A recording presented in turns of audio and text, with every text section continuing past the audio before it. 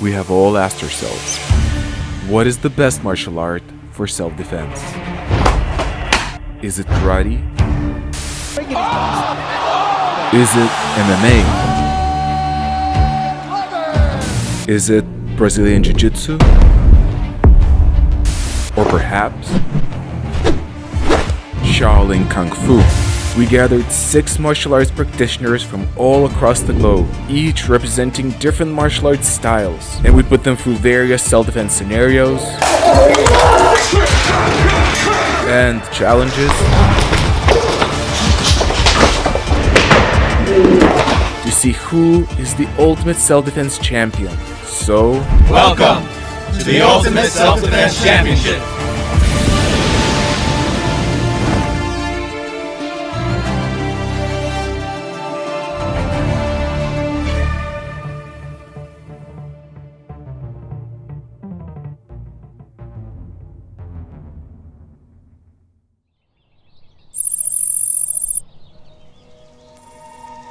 it's 10 a.m. and the fighter house where the 6 martial artists will be living together for the next 5 days is still empty. But the first contender was about to arrive. Welcome!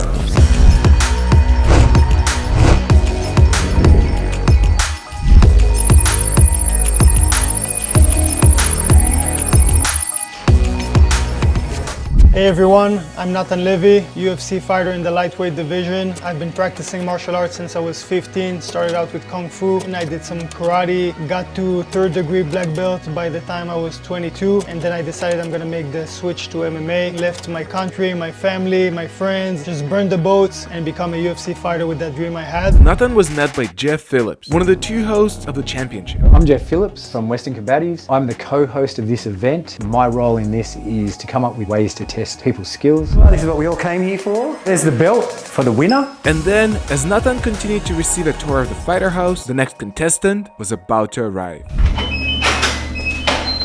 Hello, welcome. Hello.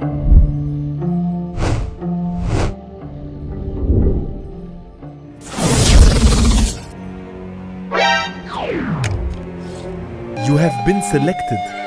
Ultimate self-defense. I swear to never fight again. Hi, I'm Ranton. I have a YouTube channel. I stream on Twitch 2013 when I graduated from high school. It's a long story, but then I went to Shaolin Temple, trained there for 3 years. How you doing, man? How you doing, bro? Nathan. Oh my god, I'm gonna have to fight you. Look at this. I'm a monk, okay? I know, Don't I've hurt seen me. your videos. Look this way. So there's the belt. Am I allowed to touch it? You can touch it. Don't get used to it, okay? Little did the 2 first contenders to enter the fighter house knew though, that the next day they will be teamed up to face the first challenge together.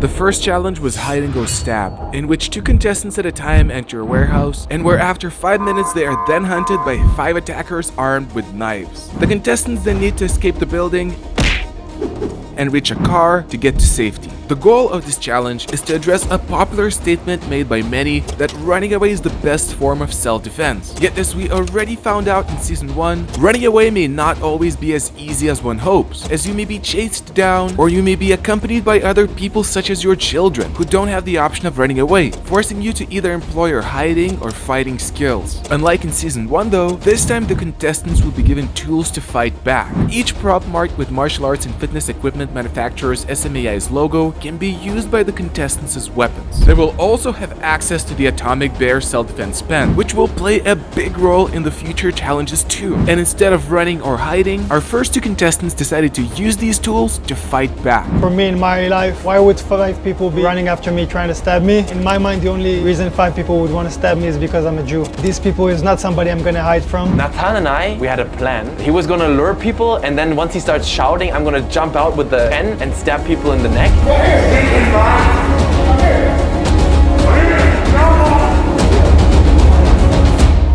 Yet, if they succeeded, we will find out after the next 2 contestants are introduced. Jordan, welcome.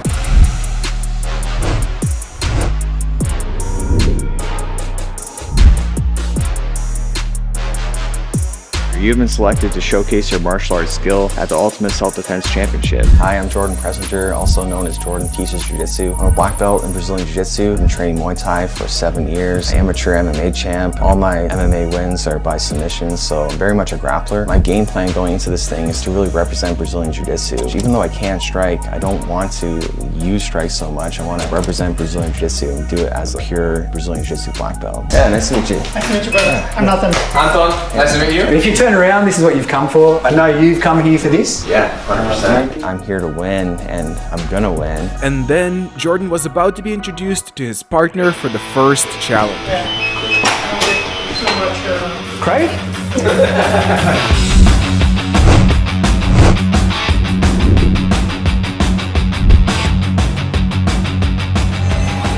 That's next week. Welcome. I'll do it. Although initially Season 2 of the Ultimate Self-Defense Championship was supposed to be joined by professional basketball player Kevin Achampong to test how much size and athleticism make a difference in self-defense, when Kevin broke his foot right before the championship, Craig Hunter, a regular person with a regular lifestyle and only occasional martial arts training, agreed to fill Kevin's place with only a week's notice in order to test and see how a regular person compares to professional martial artists in self-defense. Yeah, g'day, I'm Craig. I'm just a regular Aussie bloke. You'll find 10 of me in most pubs. I'm a carpenter by trade, drive a semi-trailer now. I have a little bit of dabbling in martial arts. I think I got 2 stripes in Jiu-Jitsu on a white belt and sporadic training in combatives under Jeff Phillips. Kev broke his foot, the basketball guy. Craig's taking his place, jumping in last minute. Yeah, I'm a He's doing ring. us a big solid. Nice to meet you, bud. As always, Beers. bingo everyone. And whether Craig's plan to drink beer a day before the championship works out, we will find out in a moment. It was time for the second team to enter the warehouse, and their plan was very different from the first team. I discussed with Jordan, do you want to get a strategy? Very respectfully, he said, oh no, but I want to kind of do it solo. Are you doing it solo or? And my strategy was just to hide for as long as possible. When they're tired of looking for me, just make my getaway. I hid underneath the bleachers, which I kind of scoped it out while we were in there. This is gonna be the perfect spot to hide, and I figured I could fit underneath there. I didn't even have a hiding spot in mind, and I just saw this little balcony, and there was some scrub right there. Oh, I'm gonna go and lay in that. Eventually, the 5 minutes ran out, and the knife attackers entered the building. I was underneath there for a while. Wanted them to look really hard for me in there and then give up and then make my getaway. But while I was hiding, someone was coming from behind the bleachers, which I didn't know you could do. When I heard him coming, I'm like, oh shit, I gotta go now. And then there's someone right there. Got past him.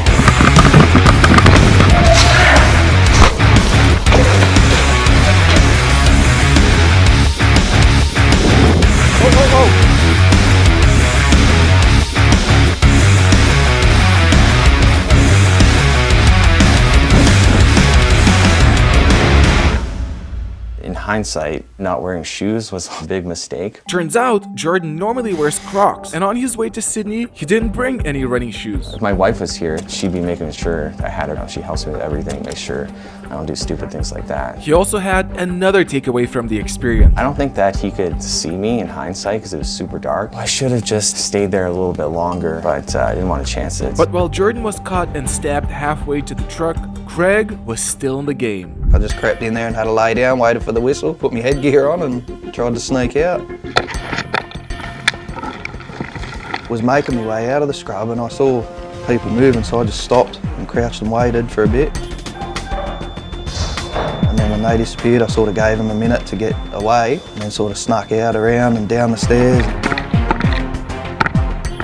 I'm peeking, there's no one there, good to go, and then I seen the door and I seen it clear, so I just ran for it. And then as I'm coming to the door, I see there's a guy there.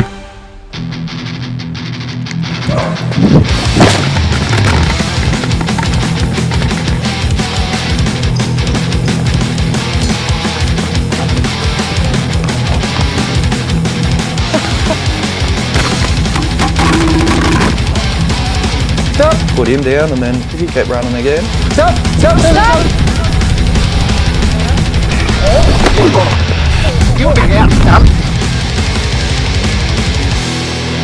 even though Craig made it all the way to the car, turns out he was already fatally stabbed during his first encounter, and the encounter with the second attacker or reaching the car did not count anymore. I just thought, oh, maybe I'm doing okay. And if by now you're wondering how many points Craig and Jordan received for their performances in the first challenge, that will become clear only after all the rest of the participants have taken their turns. As unlike in Season 1, where each participant's performance was assessed individually, this time, in all of the 7 challenges, the participants will be compared to each other. In other words, the person who will do the best compared to others will receive 6 points for the challenge, while the person who did the worst compared to the others will receive only a single point. This means that we will find out how many points Craig and Jordan received for the first challenge only after the 4 other participants will have taken their turns. And having said that, it is time to find out how the first team did with their all-out attack plan. I'm gonna draw them, I'm gonna be the bait, you go from behind and attack them with the pin. I was like, I'm right here, motherfuckers, come get it. They all like look at each other like, what's going on? He's supposed to hide. I start whacking them. But I still understand this is a game. I'm still not gonna go super hard on your head, so I'm going kinda light. But then Anton, my bad, I didn't draw them far enough. He opens the door. And he's still right in front of him. Come here. I stabbed 2 people. Then I'm like, Anton, come behind me. Just watch my back. I'm hitting somebody. Boom. Sorry. Boom. Sorry. And then they just jumped us.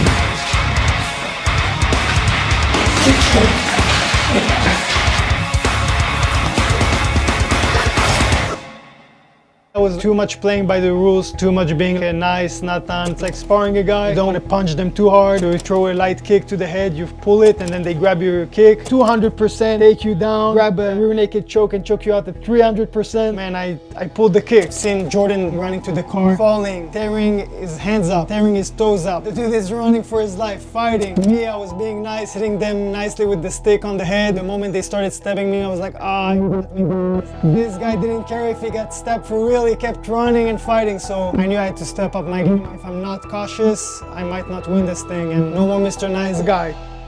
And now, it was finally time to meet the last 2 participants. Hello, Jesse, just as I imagined you would be.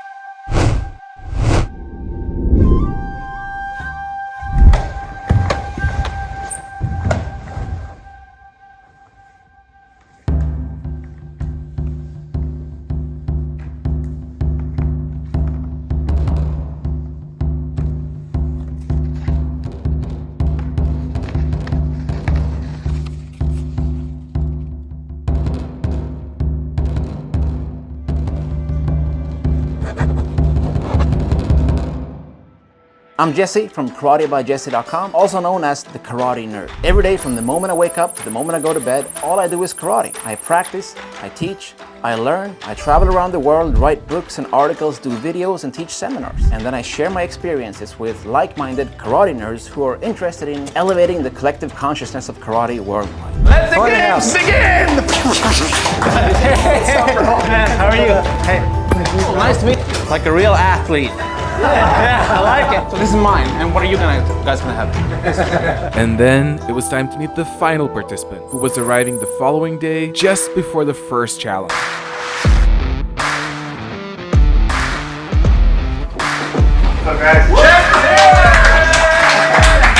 It was Jeff Chan, the champion of the first season.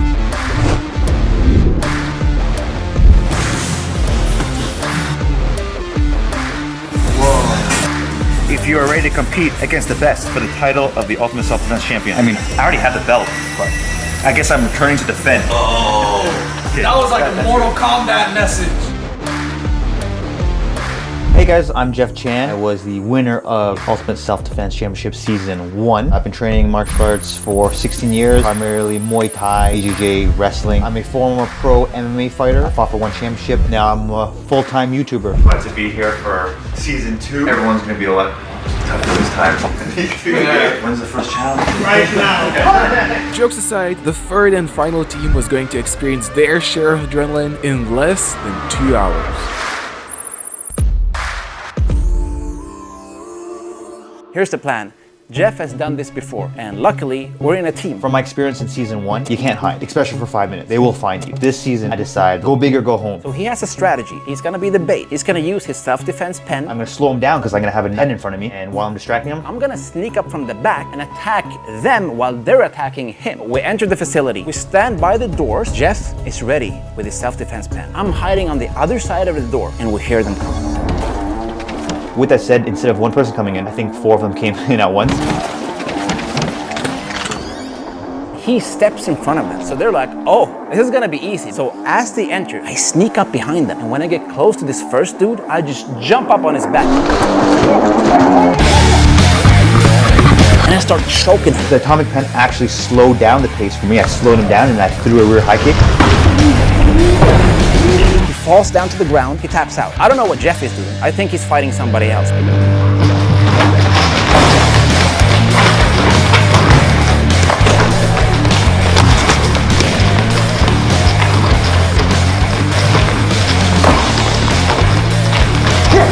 So now I see another guy coming up with a knife.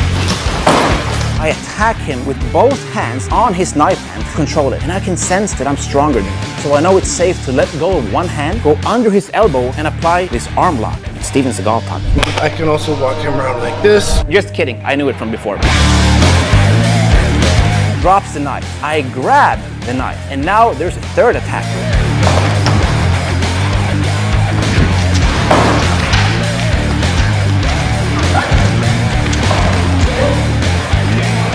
Both of us have knives, so we get into a knife fight.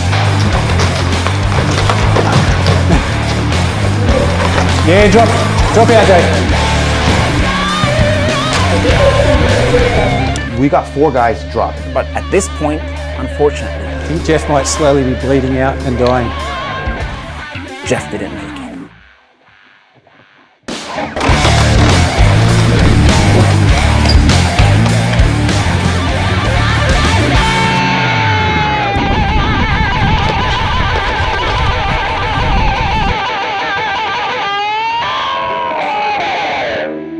I received a lot of damage, but at least I got the closest to the getaway car. Speaking of which, it is finally time to reveal the scores based on everyone's performance in comparison to each other, starting with Natan Levy, who incapacitated a single attacker using a broom, yet unfortunately died the earliest and made it the least furthest to the car, leaving him with only a single point. Next is Ranton, who made significant damage using the Atomic Bear self-defense pen and had an epic last stand, yet survived only slightly longer than Natan, leaving him with 2 points. Jeff Chan displayed impressive fighting skills by tactically using the self-defense pen to keep an attacker at bay and using the opportunity to knock him out with a high kick, continuing to fight off multiple attackers, yet eventually bleeding out from the knife wounds, leaving him with 3 points for surviving longer and causing more damage than the previous 2 participants. Craig made it halfway to the truck, yet even though he ran all the way to it, he suffered deadly wounds before that, leaving him with 4 points still as he got closer to the truck than any of the 3 other previous participants. Jordan made an epic escape and nearly made it to the truck, but his unfortunate fall cost him the win, leaving him with 5 points for being the second closest person to getting to the truck. And finally, after an epic face-off, choking a person out and winning a knife fight, Jesse Enkamp displayed the best performance in the first challenge by getting all the way to the truck and receiving 6 points. But besides the opportunity to win the title of the Ultimate Self-Defense Champion and the Champion's Belt, there is one more exciting opportunity and challenge that the participants have, as throughout the championship, in addition to the main score, a separate score is also being tracked for the best use of the Atomic Bear self-defense pen, for the chance to win the Atomic Bear trophy and a $2,000 monetary prize. Before the championship, all the participants were briefly introduced on how to use the pen by Atomic Bear's founder, while the pen itself was fitted with a special training tip in order not to injure any of the attackers. That's only during the comp. competition. Like, Yes. that would connect. No, it's not. The winner of the self-defense championship is not necessarily the winner of the pen Yeah. championship. Like, but I get 2K if I win the pen championship. Yes, you do. So we go for Each participant will be given 2 opportunities of their choice to use the pen during any of the challenges besides the finale. So far leaving Ranton and Jeff with only 1 more use left. And now it is time for the second challenge of the day, which even the participants didn't know what it's going to be. I won't tell you too much about it until it's over. Anton can come first. First? Yeah, you're number 1. Good luck. Come this way.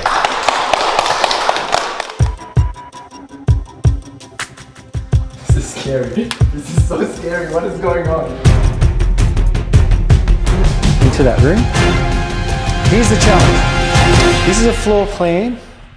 That's the bottom floor. Oh my God. Sorry, that's the top floor. No. So what we require you to do is to write down. While the participants did not get attacked, this challenge had an extremely important self-defense lesson to teach. As most self-defense schools focus on the physical side of things, a big part of self-defense is not only your ability to defend against an attacker, but it's also about the so-called soft self-defense skills, such as your ability to be aware of your environment, notice valuable escape routes, objects that can be used as improvised weapons, or the ability to notice potential threats early. Oftentimes, these soft skills may be even more valuable than the physical skills, as they can prevent you from getting into a dangerous situation altogether. That is why we asked each participant to walk through a corridor filled with various possible improvised weapons and threats, with them knowing that at the end of this route, they will be asked a series of questions to see how much they noticed and to see which participant has the best environmental awareness. But before we get to see Ranton's score, let's start with the unluckiest participants first. And take a seat. Either seat. Oh my God. That was a disaster. I expect to defend myself. I'm walking as fast as possible. I want to rush an attacker if they appear, so I'm just speeding through the whole thing. I didn't see anything, but it turns out maybe that is actually a very good exercise, because self-defense is also about situational awareness. I learned my lesson. I should have known better, but Jeff Phillips said maybe you might need to grapple, and I just stayed focused on the grappling. So I wanted them to think that they were fighting, because it's easy told prior to notice where things are. If you're not told that and you're expecting to be jumped, that's close to what self-defense would be like. It was very surprising, but it was a good one. But didn't remember anything. I think that I was going too fast. I wasn't quite aware enough, which is a problem I have in general. I have ADHD, so it's hard to focus on these other things when I'm just so focused on what I'm doing, which is don't get stabbed, don't get attacked. And I could have been way more aware. Meanwhile, Ranton had a different solution in mind. I'm an incredibly forgetful person when it comes to visual things. I could talk to somebody for 2 hours, and a minute after I turn around and someone would ask me what color is their shirt, I don't know. Wait, my score for this is already fixed, because if it's not, I'm not gonna reveal something right now. Can the score for that still change? You're safe. Because there are some things that I just made up. I just put a cross in a random room and I said stick. Don't change my score. I'm not the only one who made stuff up. I think all of us made some stuff up. I didn't fuck up completely. I did notice 2 guys. I noticed the broom. And it wasn't horrible. Since creative solutions are also a part of self-defense, Ranton got to keep his score. But it were the final 2 participants who showed how this challenge should be done. So we're basically walking through this part. I think I was looking for weapons or threats. That was it. I'll get you to put those 3 things back. Did the best I could do. After picking up every single possible improvised weapon along the way, Greg didn't have an issue identifying where they were and received 5 points. While Natan used a similar strategy. He's picking up things, he's walking around with knives in his pockets and stuff that he found, and he was on it. Natan remembered his environment even better than Craig, scoring him the highest score for this challenge. Dude, I don't remember anything. You didn't see knives on the ground? No, I was not observant. I think that might be one of the most practical exercises you could do when it comes to self-defense, situational awareness. Yeah. Cut. The day has passed, and although there were 5 more challenges ahead of the contenders, before the next one on the following day, they were given some cutscene sleeping supplements for a good night's sleep and then headed back to the fighter house to recover. Okay. People have to understand, I didn't come into this competition as an underdog. I came into it as the under-cockroach, bro. I came into it as a nothing burger, man. And then after the first day, I felt hopeful. I want to win so bad, so like it's just stressful for me. That's just who I am. You know, it's my mentality. When I saw Jesse come out and make it further than me, I was like, God damn it. It became all of a sudden much more dangerous for me in the competition. Jordan's very serious about winning. This dude is here to beat my ass, and I'm gonna have to fight back and kick his first. Then, after watching a movie and some fighter talk, Sparring Muay Thai champ, blocked the kick, broke his forearm, just sat there. I was like, aren't you gonna go to the hospital, man? He's like, no, I can't afford it. That's ridiculous. they were ready to call it a day to recover before what was waiting for them next. I think I did good in the awareness challenge. I wanted the building. They kept fighting. And me playing by the rules, when I got like stabbed, I was like, oh, okay, you guys got me. I should have been like them and just keep fighting. Oh, you stabbed me? It's just a scratch. Boom, boom, boom. So I'm changing mindset now and I'm coming to kill. Yeah. And no more nice, no more playing by the rules. Just like, don't stop, just keep going. I'm gonna keep going no matter what, yeah. The contenders were ready to go back to the facility where the third challenge was awaiting them. Yet all they knew of it was that it was called scenarios. And once they geared up with their custom-made and color-fitted Xmartial Rash Guards and SMAI's protective gear, they were ready to find out what the next challenge is, one by one.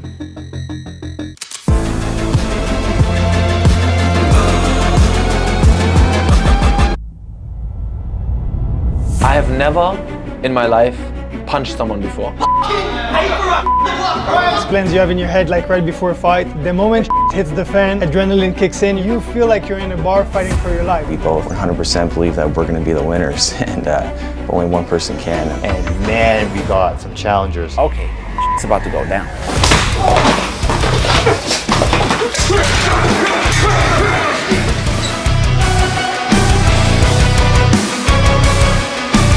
There's no answer. There's no right answer. You just do your best. It's the tavern I've been telling you about, man. Honestly, this felt literally the same feeling as being called out to a fight. You're still stressed. It's like the same type of stress. Is that Jeff Chan? Yeah. You gonna let me in? Yeah. Some free drinks? Sure. You drink. Hold that shit. Get out of here. The moment hits the fan, adrenaline kicks in, you feel like you're in a bar fighting for your life. Pretty hard to defuse a situation when a bloke punches you in the head. Welcome to the Ultimate Self-Defense Championship.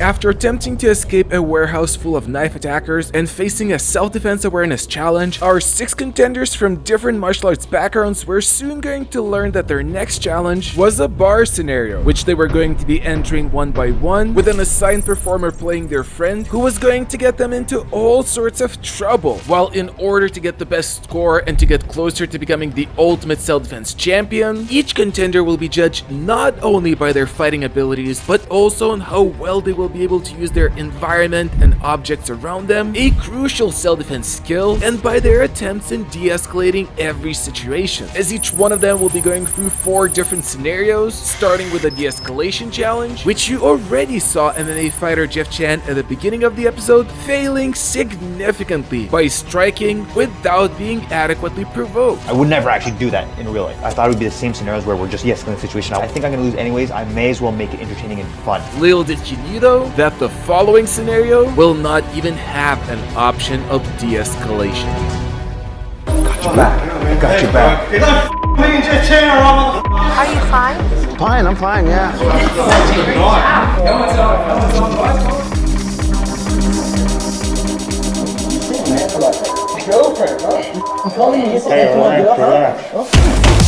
When I stood up, I was not expecting them to punch me so fast.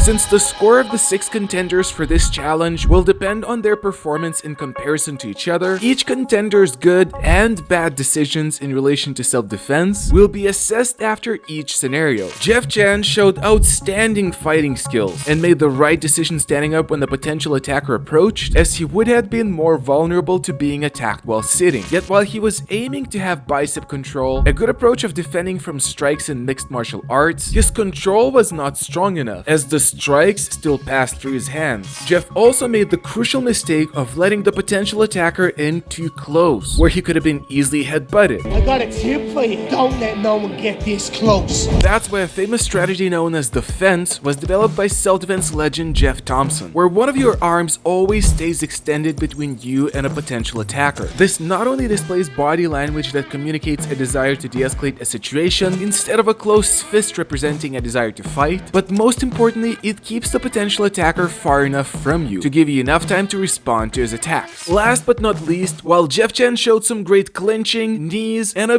beautiful takedown, unfortunately, in a multiple attacker situation, that was not the best decision. As while Jeff was tangled down on the floor, the second attacker had ample opportunities to strike him at the back of the head, a very dangerous spot which can cause spinal cord and brain injury that could be fatal. And then finally, after Jeff dealt with the attackers, he was ready for the third scenario. Let's get out of here. Let's get out of here. Let's chill. We just got back, guys.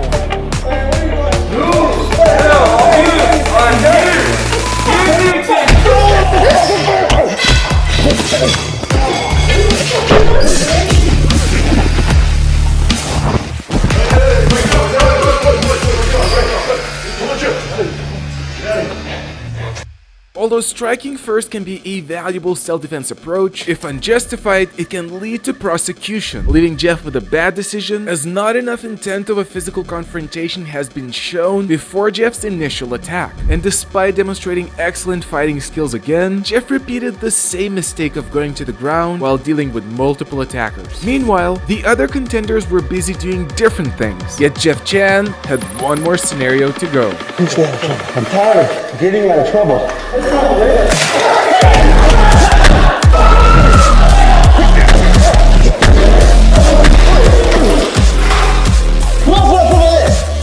Let's get out of here.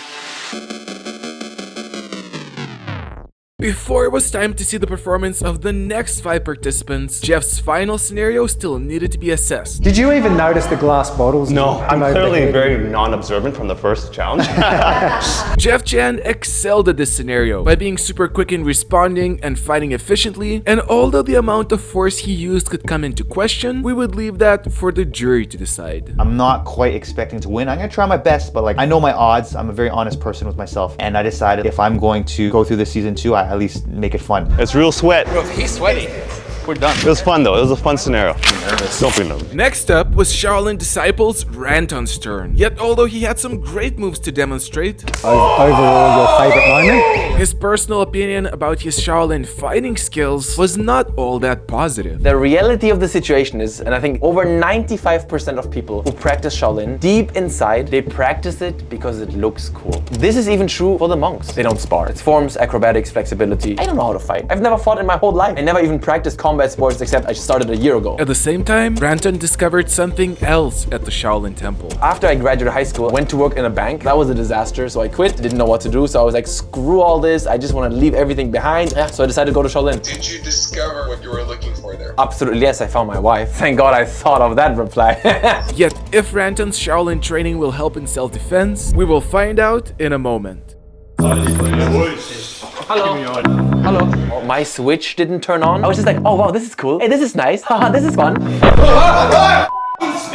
First guy talking to me, I realized it's Matt from season 1, so I was like, hey, you're Matt. But I remember. And then I realized like they're all in character except me. What Ranton didn't realize either was that there was a hidden trap in this challenge. As while the first attacker is causing a ruckus, the second attacker is spiking the drink with drugs, which he then offers to the contenders. Lucky for Ranton though, he refuses the spiked drink. It's alcohol? It's haram, bro. I can't have that. I'm gonna have water. Meanwhile, Jeff Chan didn't even have a chance to accept the spiked drink. As while the drink was being drugged, he took the attacker down. That's off to a great start. Yeah. Hello. When your wife started talking to me, I thought she's not in the challenge and I didn't want to be rude to your wife. So I was like looking at her, saying things. I was also like, oh, I am in this challenge here. I should listen to what's going on. And then I realized the guy's like, you've been talking to my girlfriend. I'm like, what is going on? I'm not defending myself. I think I did like this. You gotta listen to the audio footage, but I think I'm giggling.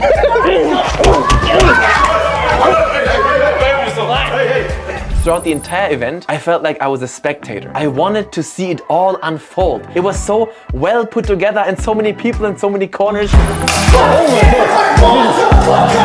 God. I think I threw someone on the ground, but even then I like looked at them on the ground and I like did this to them. Is this an average bar in Australia?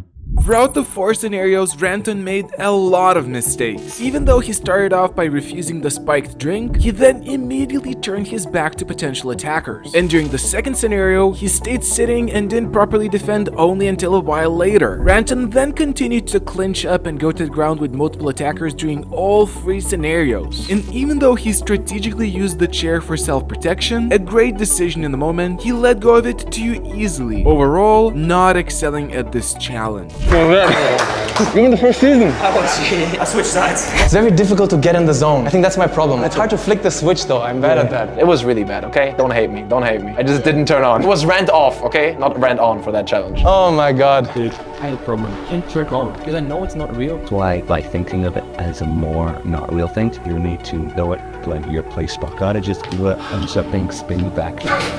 You're gonna love it. And then it was UFC fighters Natan's turn. I have no idea what's gonna happen, who's gonna attack me. Everybody's got masks on, which is a great way to mess with us. I saw the sugar packet go into the drink. Take sip, cheers.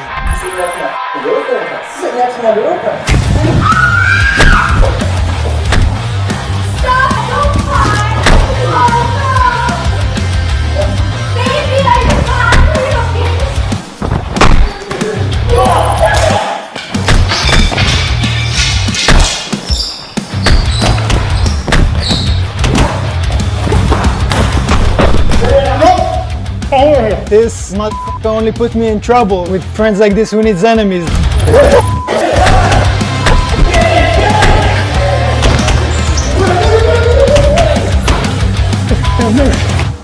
Natan showed an all-round great example, starting with pretending to drink the spiked beer, and even though he didn't stand up in front of the attacker, he showed great defense and excellent fighting skills throughout the entire challenge. Natan also called upon the bouncers for help, another great solution once the fighting calmed down, and if not for a questionable amount of force used at certain moments, his performance was close to being perfect this time. I was before Jordan. Personally, I think he's a great guy. I hope he can forgive me, but after a mission, I would come back limping just to make him stress about the mission. Yeah. I felt like yesterday we f***ed, and I told you today no more. Yeah, I felt vindicated. I think somebody was, did you knock them out? Did you knock them out? Jordan was just sitting there and I'm like, yeah, of course I knocked them out. Just to put like that seed of fear in Jordan. But before we'll get to see Brazilian Jiu-Jitsu black belts Jordan's turn, it was time for karate black belt Jesse to face the challenge.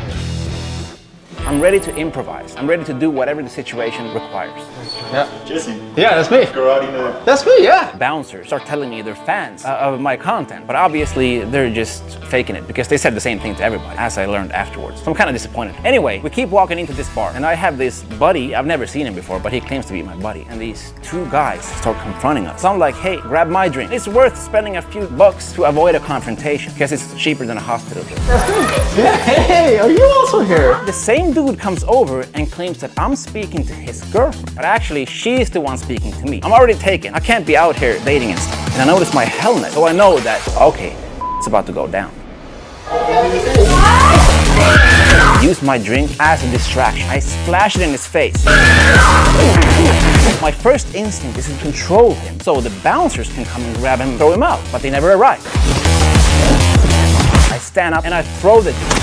And that's not judo, that's a karate throw. Take it easy, pal. Take it easy. And then I just control him on the ground. I'm doing the least amount of harm necessary to neutralize him. And I'm trying to tell my friend that we should leave. It's a weird place. People are just fighting, okay? It feels like I'm in a Hollywood movie. Self-defense, don't be in the wrong place at the wrong time. But my friend is probably drunk.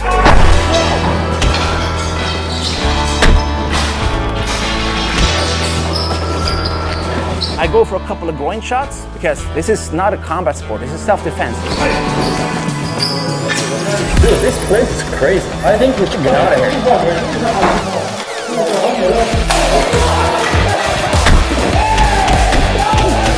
I go for a double leg takedown. I thought my friend had my back. In reality, you don't want to go to the ground if there are multiple opponents. But I had no choice at this point.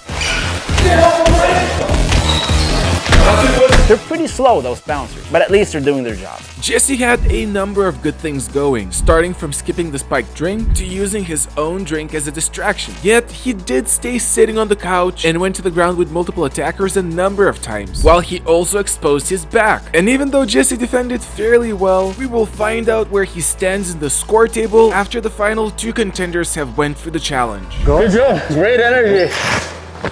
I need to work on my cardio. I thought we could de-escalate things, but these guys just wanted to fight. Sometimes you just gotta fight. Yeah, but that was fun. You said? Full stick? That was bad. For me, when I was doing it, the stick broke mid-air. Like, oh, that was funny. That was like a movie. Yeah. That was really fun. And next up was Brazilian Jiu-Jitsu black belt's Jordan's turn. Let's go, fellas. There you go. Jiu-jitsu teacher, right? Yeah, exactly. My game plan going into this thing is to really represent Brazilian Jiu-Jitsu, use control to defend myself and not use strikes so much. Whoa. There's an accident. Huh? Accident? Chill. You know, I could have been more aware. I should have thought, this is a bar, they're giving me a drink, I should not drink this. But I was just so focused on people starting fights that I just wasn't thinking, what is it?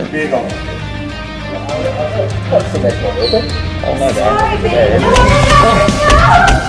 Don't lie!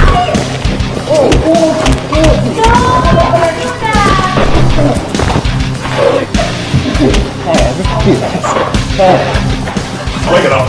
Break it up. There's always a flex.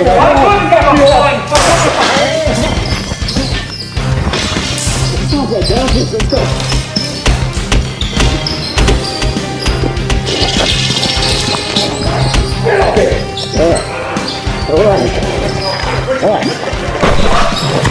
I thought I did really well in that because I didn't hurt anyone. That's just who I am. I don't want to hurt anyone. We don't gotta play pool or anything. Just hang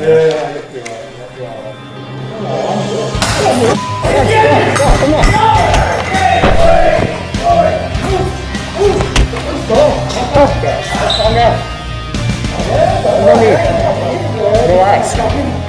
Bouncer, let's go.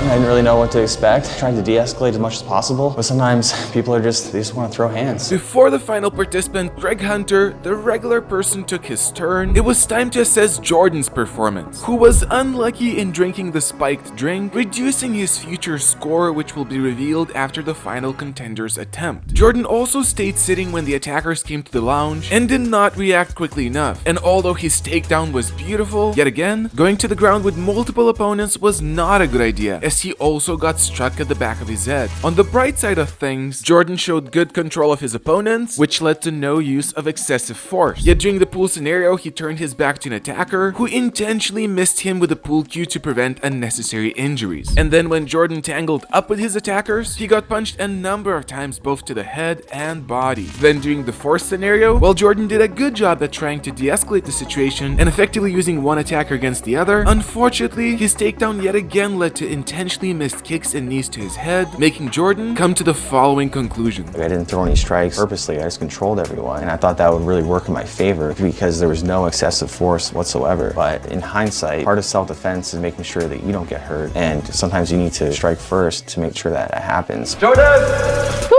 I feel like I controlled him pretty well. You were thinking you did like a double armbar or somebody, yeah? With the drinks, you didn't de-escalate? No, I did de-escalate that. I think they told them not to attack because we weren't wearing helmets yet. Except for you.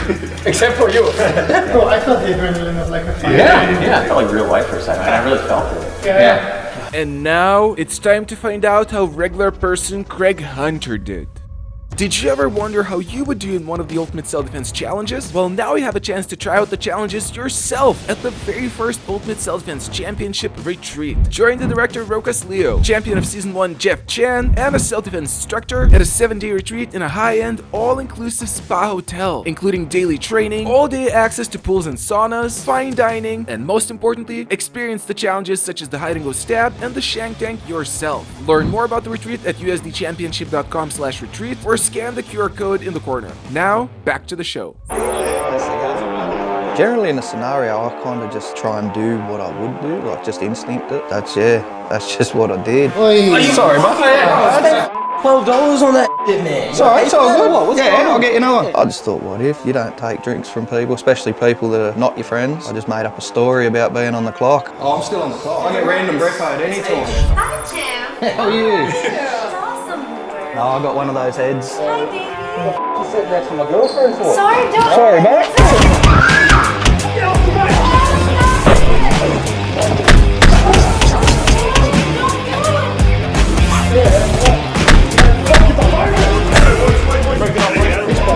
Come go. You went out from the room and wanted to refuse to come back. Well, that's what I would do. I'd leave a place like that. I'd go somewhere nicer or go home. But then they wanted me to come back in, so I came back in and restarted and tried to do what I would do again. After being forced back into the challenge, Craig then decided not to engage with his friend anymore and left him to cause his troubles alone.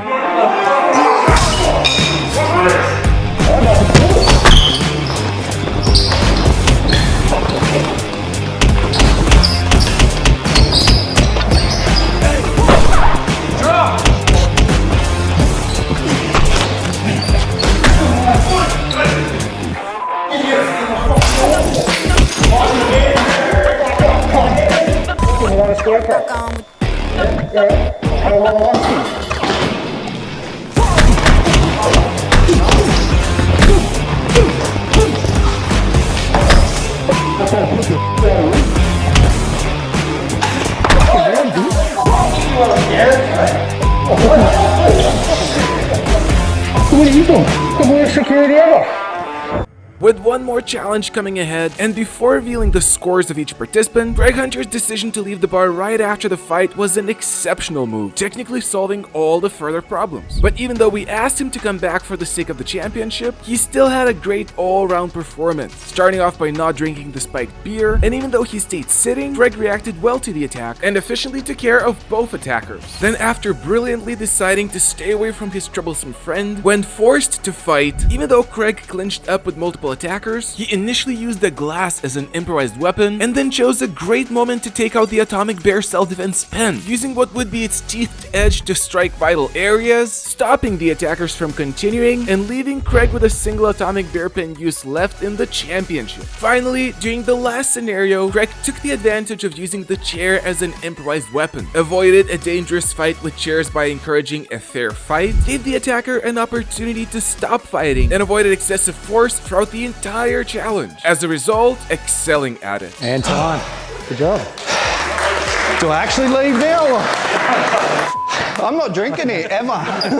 And now, before we get to see the contenders taking part in the next self-defense challenge, it's finally time to reveal who did the best out of the 6 participants in this challenge. Starting with Shaolin disciple Ranton, who didn't manage to overcome his fear of striking people yet, and despite showing a few good decisions, overall did not manage to switch on this time, receiving the lowest score of a single point. Next up was MMA fighter Jeff Chan, who in an attempt to entertain people, showcased some great fighting skills and good general awareness, but his eagerness to fight led to plenty of excessive force used, and with 2 points for this challenge. Despite his strong desire to win, although Brazilian Jiu-Jitsu black belt Jordan controlled his attackers well and did not use any excessive force, he made a number of critical mistakes, leaving him with 3 points. Meanwhile, Karate black belt Jesse displayed some great creativity and showed some good self-defense skills, but was still quite far from a perfect performance, leaving him with 4 points. Then, UFC fighter Natan Levy managed to have his redemption after his disappointing performance in the first challenge, this time showing amazing fighting skills and great self-defense awareness, almost giving him the top score. But in the end, after displaying an unmatched amount of self-defense knowledge throughout the challenge, regular person Craig Hunter took this one home, leaving him with the top score in the championship so far. And now, it's time for the bonus challenge.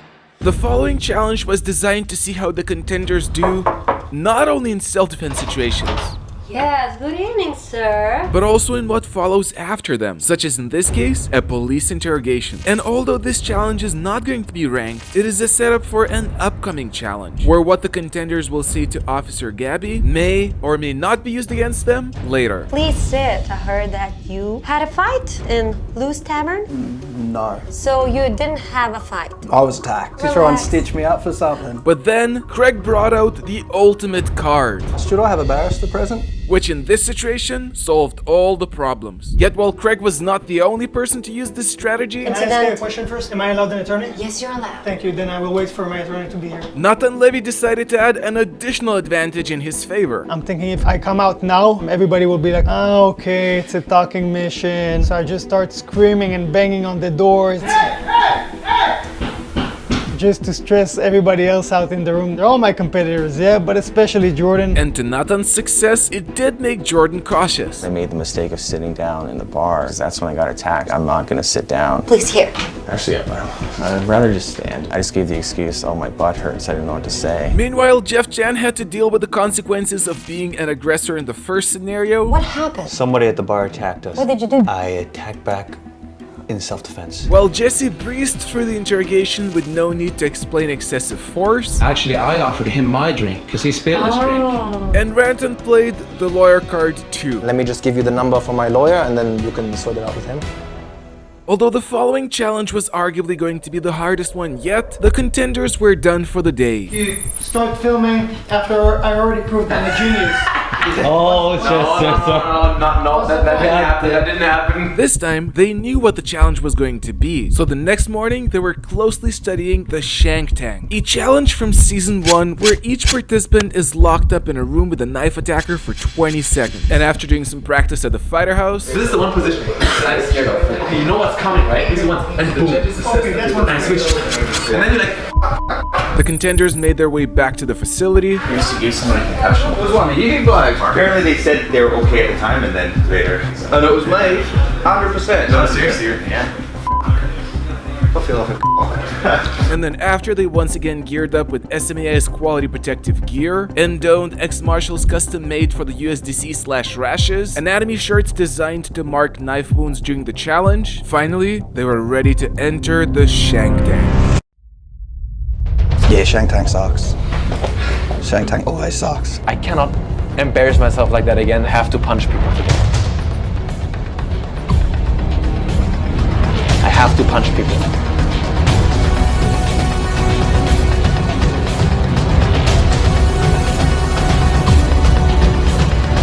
I have to let it all out. 6 martial artists. UFC fighter, BJJ black belt, Shaolin disciple, karate black belt, Muay Thai expert, and a regular person, all locked up in a room with a knife attacker for 20 seconds.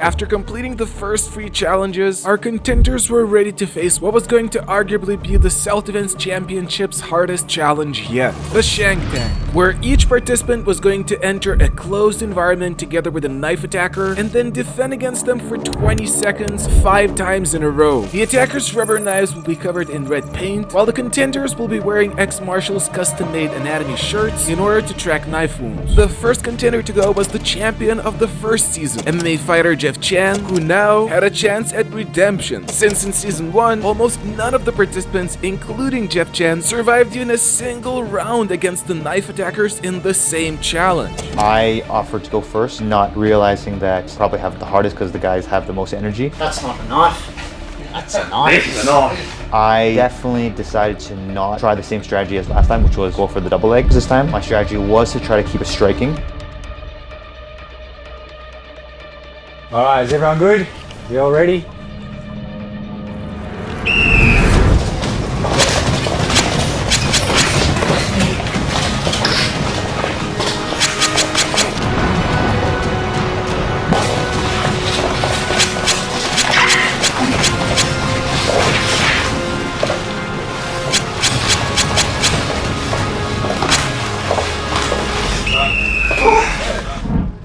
While many videos claim to teach effective knife defense, in reality, few of them, if any, actually test their techniques against an attacker who is fully committed to doing damage. The truth is that it's way more difficult to defend against a knife attacker than most people think, and instead of looking like the movies, reality is usually much closer to what you see here, even with a trained fighter. And although Jeff Chan displayed great use of the Atomic Bear self-defense pen, leaving him with no more uses of it for the rest of the championship, he did not do enough damage with it and suffered too many injuries, officially not surviving the first round. But there were 4 more rounds for him to still redeem himself and to improve upon his mistakes, including later rounds with a twist.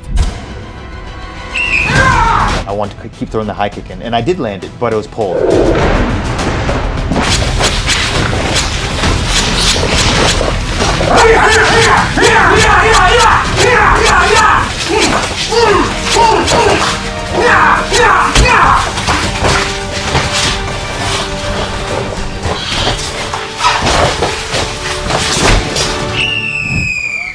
Unfortunately, Jeff Chan didn't survive again, yet in the 3rd round, in order to level out the playing field at least a little bit, all of the contenders will be given a duffel bag to use as an improvised shield.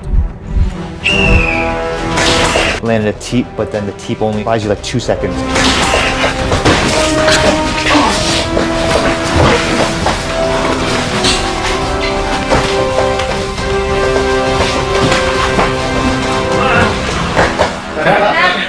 Good job. Finally, Jeff Chan survived his first Shank Tank round in 2 seasons. But before it was Shaolin disciples Ranton's turn, Jeff had 2 more rounds to improve his record even further, with the next one involving an obstacle in the middle of the room.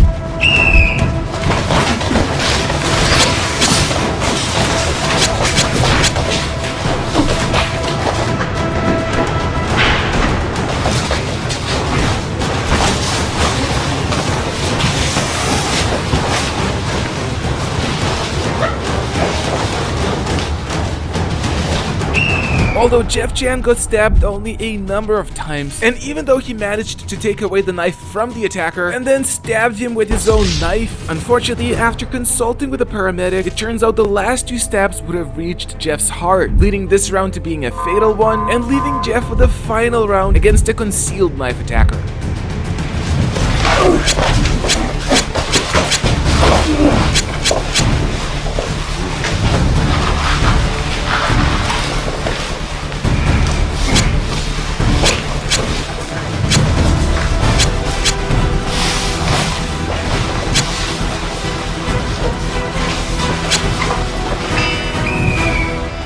Unfortunately, the final round was also fatal for Jeff Chan. My strategy was to try to keep us striking, but each time I ended up in a grappling match again. I wasn't hitting 100%, I was hitting 70%. So I kind of regret not throwing more hands, and I regret not throwing harder. I think the outcome would have been a bit different. Yet how many points Jeff scores in the championship depends not only on his performance, but also on how the other 5 contenders will do, as their performances will be compared to each other. Meanwhile though, Shaolin disciple Ranton, who was going to go next, wasn't sure about his chances after his lackluster performance in the previous bar scenario challenge. Yesterday's challenge got me super worried. I cannot embarrass myself like that again, but I don't know how to fight. I've never fought in my whole life. I'm scared to throw punches. So I spent all night, last night, sitting in my bed telling myself, I have to punch people today. I have to punch people. I have to let it all out. I have to punch people. But I was just scared that they're gonna run towards me and I'm just gonna freeze up and not dare to hit them. But there was only one way to find out if Ranton will. Good to go? Yeah.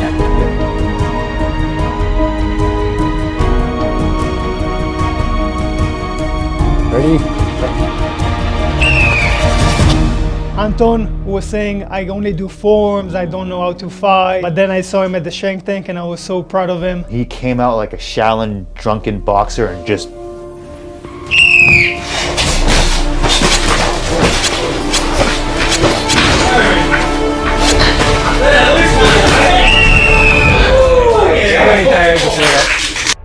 Thank God the moment it started, something clicked in my head. I was able to flick the switch and be like, now or never. My wife cried because she was so proud of me. Natan and Jeff had me on the back and be like, yo, I'm impressed with you. Now I feel like my odds have significantly improved. Ranton's round was stopped since the judges, taking the helmets into account, assessed that his strikes were knockout shots and would have stopped the knife attacker in their tracks, leading Ranton's first round into a win. My boxing coach is gonna be so proud of me! But Ranton was just getting started.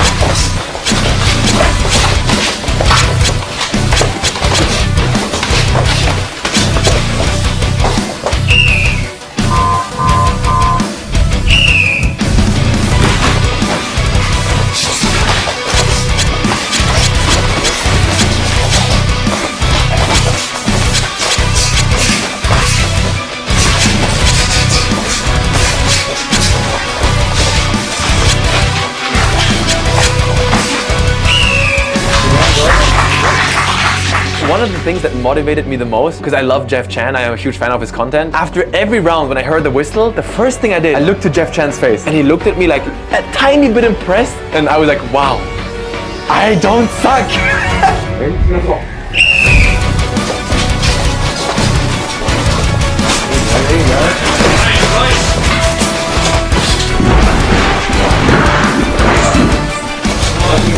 Ranton got another win due to a knockout shot, leading him to a second win and the final round to go.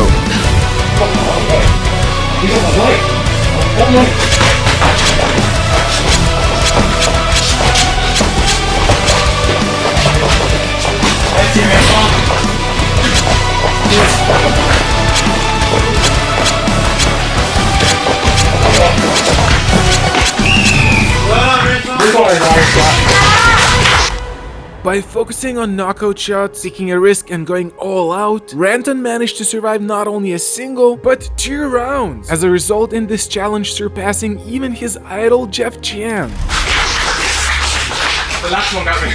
Was it fun? Yeah, it was so much fun. I honestly feel like this is the best knife defense. When you see the knife, just make peace with the fact you're gonna go to the hospital and then just to swing for his flippin' head, because you just need to land one good shot. It's game over. Meanwhile though, Brazilian Jiu-Jitsu black belt Jordan Preisinger, who was going to go next, I'll see on my side after, had a surprising and very different strategy from the first 2 contenders. I was thinking, how can I keep my vital organs away from the knife? And the day before, I realized, ready? He pulled guard. He literally sat on his back and pulled guard. When the whistle blew and he lied down his back, all of us were like, no way. This is content.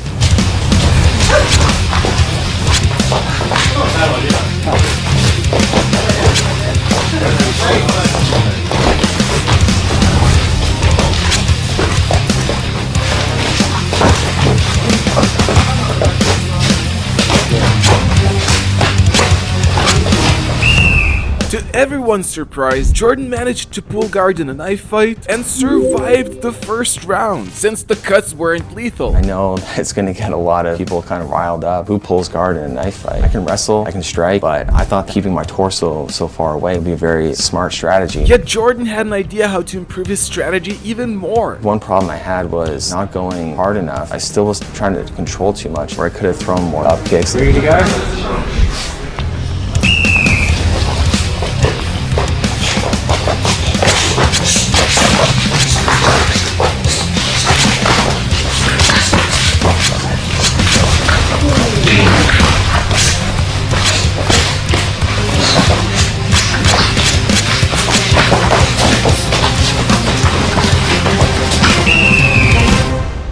Despite doing a great job at using the guard again, unfortunately, at the very beginning of the round, Jordan's femoral artery got cut, which would lead to a person bleeding out very quickly unless given immediate medical attention, resulting in Jordan losing the second round. He also refused to wear the helmet, but Jordan was not ready to give up yet. Let me see if I can do a different strategy and see if it'll be successful.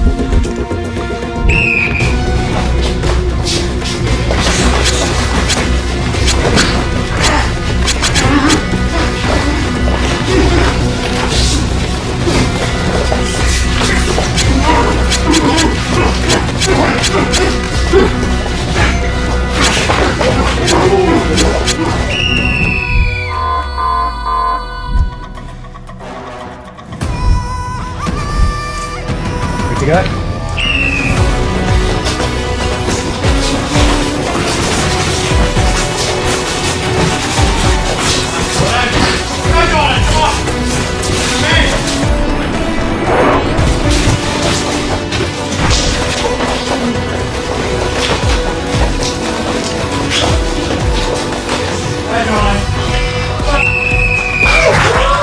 Despite finishing the round strong with an armbar and getting cut only once, given the weight and speed of the attacker, the single stab to the forehead was lethal, reminding us that it's not about how many times you get cut, but where, leaving Jordan with one more loss, a reminder of the importance of wearing a helmet, and the final round to go.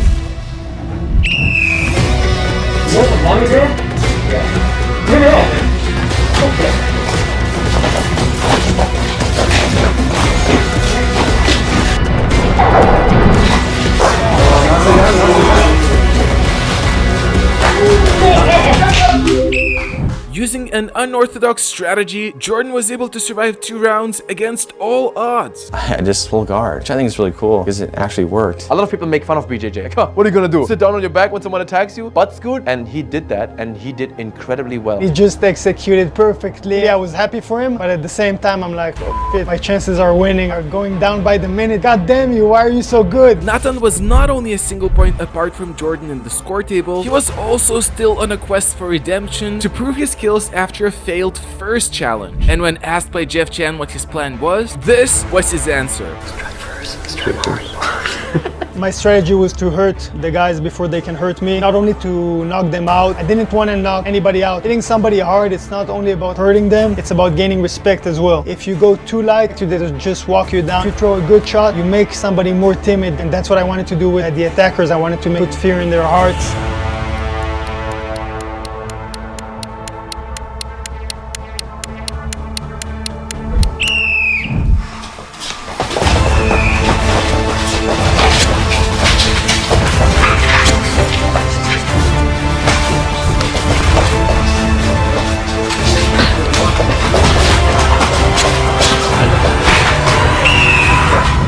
Although Natan's injuries were close to being deadly, he used his atomic bear self-defense pen effectively to incapacitate his attacker by striking vital areas, and after a powerful spinning back kick, the round was stopped and Natan survived the first round. But he had 4 more Shank tank rounds to prove that he's better at knife defense than his rival, Brazilian Jiu-Jitsu black belt Jordan.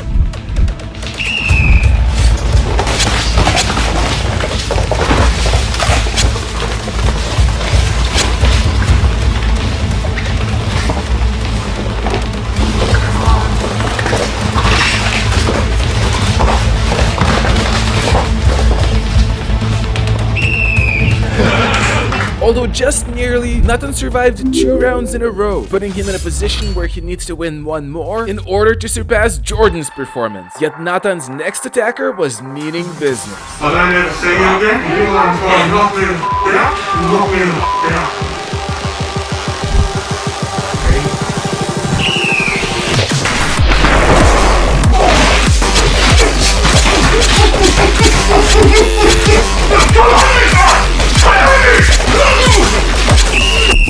Although it was a spectacular round that ended with an assessed knockout shot, before the round was stopped, Natan suffered too many injuries, failing this round. But he had 2 more rounds to redeem himself.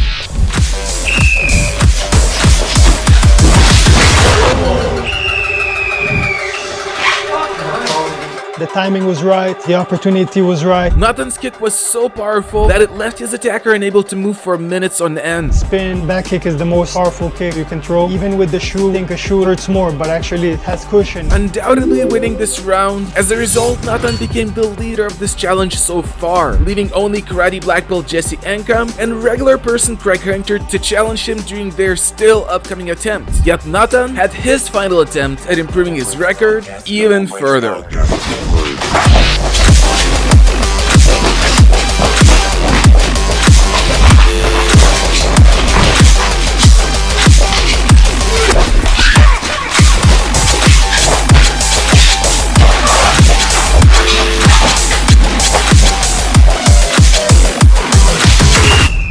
Natan's final round was fatal, but after winning 3 rounds in total, he was now leading this challenge, leaving other contenders concerned. You couldn't contain the energy in the Shank tank room. Everybody around it was talking about it and the kick and the kick. And Jordan's like, you really knocked them out? And I'm like, perhaps. Just want to make him think that when we're gonna meet, he's gonna lose. I really do believe that, but also it can't hurt that he'll believe that. Did you see this? No, I didn't see this.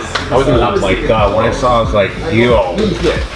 Yo. Natan is a f***ing savage. That spinning back kick came out of nowhere. When you said that basically killed everyone in the bar, I was thinking like, beat everyone out, nice. But after I watched you, I totally changed my perspective of what you meant by you have a nice smile with your cycle. I'm telling you, I'm not going against Natan. You did well though. I was surprised. You were like, It's like Dragon Monkey. yeah, man. You're so much more fun than I expected.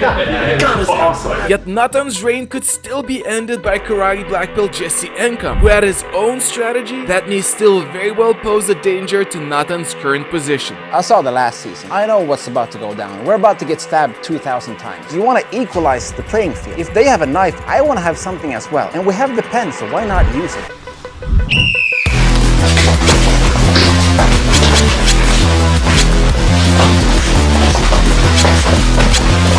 That was good shots, you gotta drum off those. Before Jesse was fatally stabbed, he hit the attacker's genitals multiple times with the Atomic Bear self-defense pen's metal teethed edge, which would have likely stopped the fight. And since the round was not stopped early enough to reflect that, Jesse's first round was counted as a win. Try to stab them in the eye, but one of the guys had a helmet where you could actually touch his eye. So I just stabbed his groin over and over with the pen, and that was a great plan. But it's not a coincidence that Jesse was able to use an improvised weapon. I started training when I was 2 years old, but ever since then, school has grown, and now we have many different martial arts, like Brazilian Jiu-jitsu, Thai boxing, MMA, and of course the ancient weapons from Okinawa, the birthplace of karate. And Jesse had another weapons strategy he was about to try in the second round. Imagine fencing. Fencer can reach really far, so I hold it in the same kind of grip. This other dude actually has some kind of protection over his face, so that means I can go through the eyes.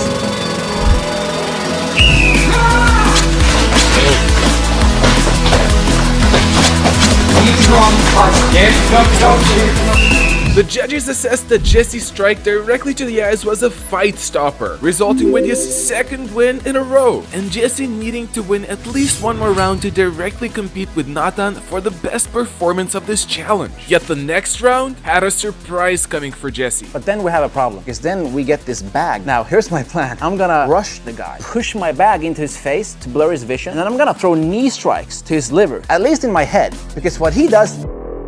Ready? What he does is some matrix shit. He runs on the wall. Who does that with a knife?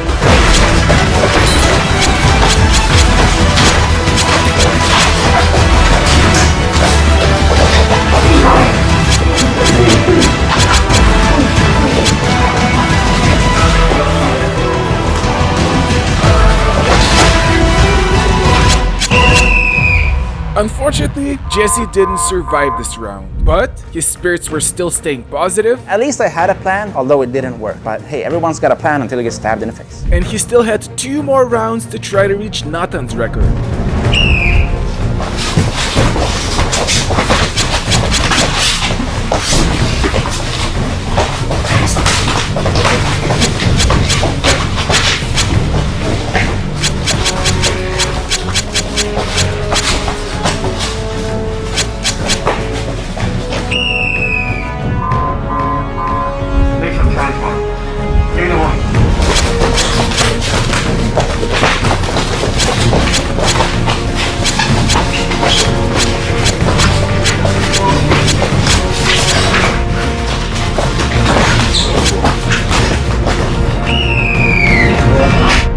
Unfortunately, Jesse didn't manage to reach Natan's record, yet he did guarantee himself a higher score at the middle tier, once everyone's performances will be compared. In general, I think it's a really good idea to know how to use any everyday object as a weapon. And if you can carry one with you, like a pen, That's even better. And right now, the first 200 people to order Atomic Bear's Stealth Pen Pro will receive a 50% discount. Get your Stealth Pen Pro now by going to the atomicbear.com/USDC or by scanning the QR code at the right corner. And now, regular person Craig Hunter was the last threat to Natan's reign in the Shank tank. Yet Craig was not only against all odds leading the championship after agreeing to be part of it as a last-minute substitute with only a week's notice. It also turns out he also had his very first ever boxing fight coming up the following day the Ultimate Self-Defense Championship ends, right after he will have gone through 5 intense days of self-defense challenges. I've changed jobs now, I'm driving a truck, so I sit down a lot. I just sort of sign up for this boxing thing where it's like a 10-week training program and then you fight at the end of it. So I've signed up for that to try and force myself into a gym, and then I just didn't really train. I just didn't go to the gym like life, yeah. And when asked what Craig's strategy for the Shank tank was, this was his answer. Try not to get stabbed, that's it. You always get stabbed, but you just try and get stabbed as little as possible, really, yeah.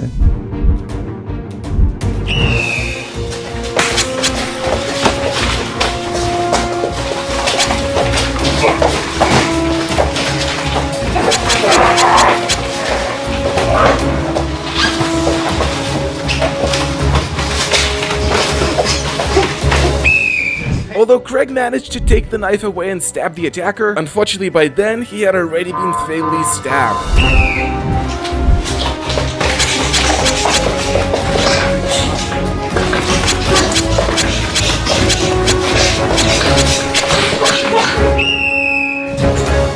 Craig used the Atomic Bear's self-defense pen to strike the genitals of his attacker, stopping the round. Unfortunately, it was too late. Yet Craig was not ready to give up yet.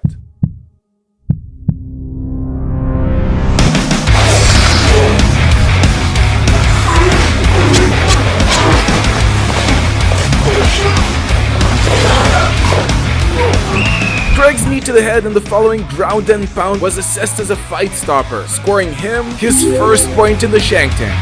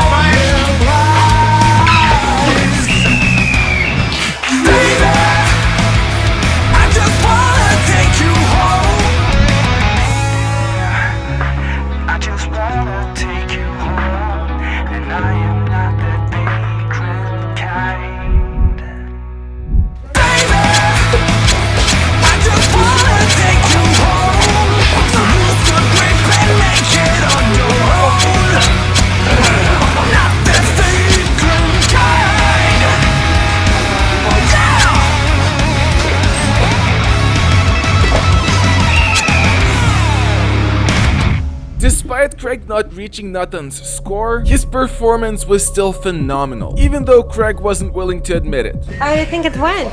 As you see, I got cut a lot. And now, since all of the contenders have taken their turn, it's finally time to reveal the contenders' scores based on everyone's performance when compared to each other.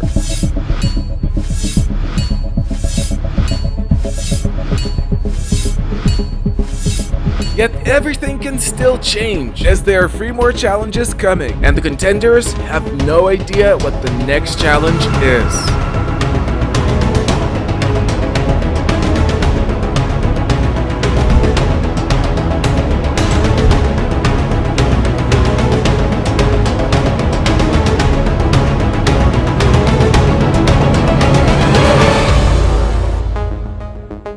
It's been 3 days now that the 6 martial artists from across the whole globe have been competing in various self-defense challenges to see who will become the ultimate self-defense champion. And although on the 4th day, before they took part in the 4th challenge of the championship, they had a chance to do some sightseeing in Sydney, Australia, where the championship took place, and they had a special tour at the top of the Sydney Tower Eye. 1, 2, 3, jump! Just before the 4th challenge, the contenders' scores were finally revealed to them, as until now, their performances were being carefully assessed, so the contenders themselves did not know where they stand in the score table. I will win, I'm confident about it. I would probably be in first place. Dude, right now, I'm feeling good. I think at this point, maybe I won't be last. I just don't want to be last. I hope I won't be last. Little did anyone knew though how much tension the score revealing will bring within the group. Oh, and by the way, that's me there, the narrator and co-host of the championship. I just dropped out on day 1 with COVID and tested negative only on the 4th day. I'm Rokas Leo, and for half of my life I've been doing Aikido until eventually I realized it doesn't work, moved on to do combat sport, learn about self-defense, and now eventually I'm organizing the Ultimate Self-Defense Championship and co-hosting it together with Jeff Phillips. You guys are compared to each other. You might have done well, but the other person might have done even better. Yeah. In first place was Craig. In second place that's awesome. was Natan. I was sort of in shock for a little while, wondering how I might have been with a shot. I was surprised that regular guy is in first place. I wasn't expecting Craig being in the lead. I thought maybe I was like kicking ass and being John Wick and whatnot, and he just grab people one and done, and that would be more efficient. The fact that I was second to last was a bit disappointing to me. I thought I was at least 3rd or 4th. There was also a big revelation about the first challenge of the championship, as under closer inspection it turned out that Jesse got closer, but after reviewing it, there was a stab early on. it turns out that prior to Jesse leaving the warehouse during the hide and go stab challenge, he got lethally cut, as a result dropping his initial score and affecting the scores of the other contenders. Yet although Jesse was unaffected by the score change, You don't have to keep this in, but I don't give a about the scores. Potato, potato, tomato, tomato, your score, my score. Okay. for the rest of the group, after learning their scores, the atmosphere changed. After we heard those results, I felt like everyone was more tense. It motivated me. I'm like, okay, no more Mr. Nice Guy. Like, I'm gonna go in there, I'm gonna smash. It made sense that Craig is in the lead, but on the other end, it's unacceptable. I need to be in the lead. Yet the contenders will have a chance to change the situation soon, as the next challenge was about to happen.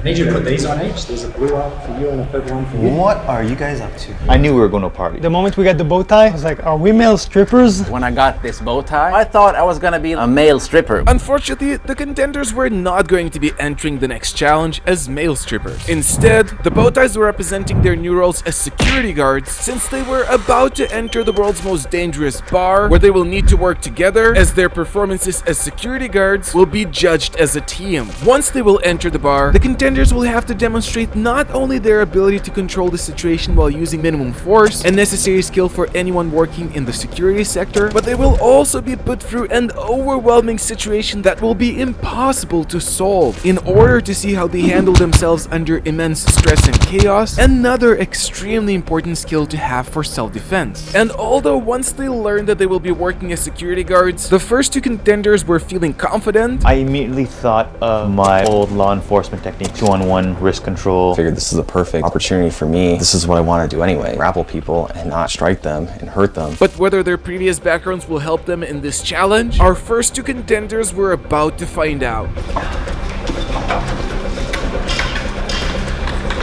I saw these guys over the bar, and from the last scenario, I knew that that's where the fight started. So I figured, okay, these guys are probably gonna fight.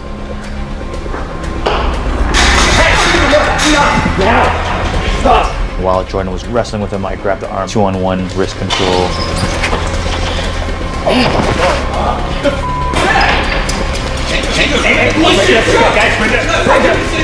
Break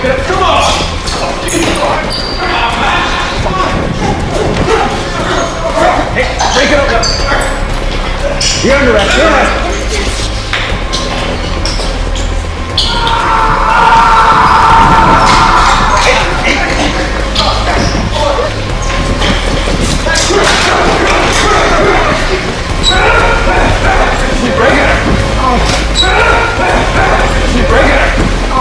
Break it up.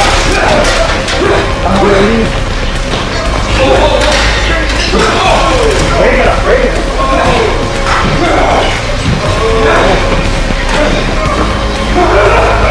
Break it up.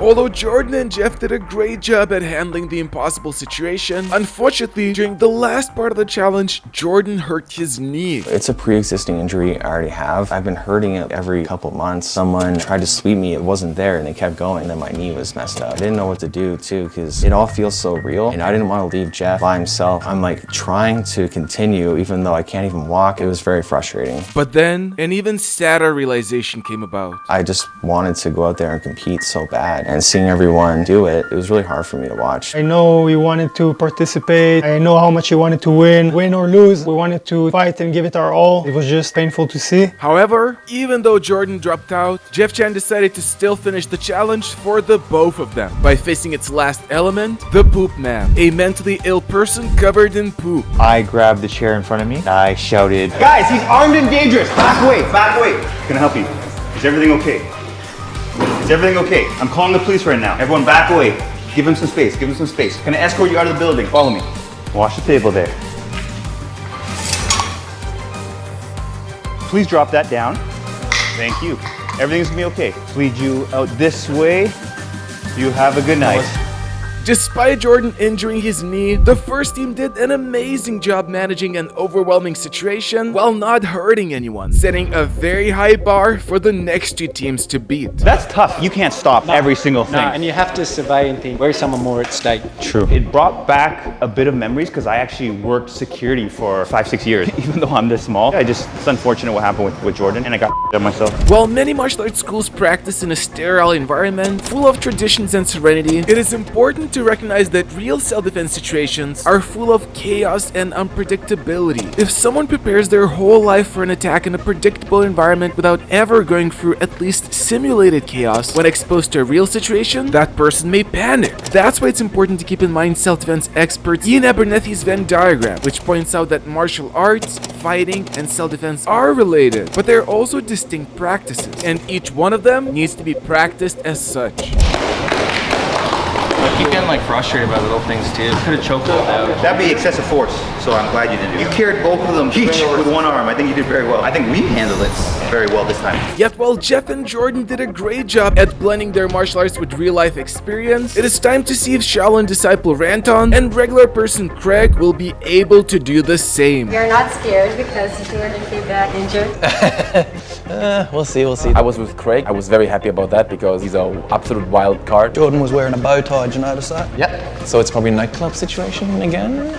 You wear a bow tie to the nightclub? We're discussing a bunch of possibilities, but in the end, it's always a surprise. I kind of suspected that it would be an impossible one. The reason I brought you guys in was we wanted someone with your skill set. We've had security guards here, they're absolutely useless. I don't want to do security, that's a hard job. I don't go to clubs, I don't ever go to party, I don't ever leave my house. I didn't want to go in that room. It reminded me of the first scenario, which I did horribly, but I got excited when I heard about it. We're sticking together or we separated? We barely said anything to each other. Oh, it's quiet. Alrighty. Yeah, whatever. So far, so good. And before we could communicate,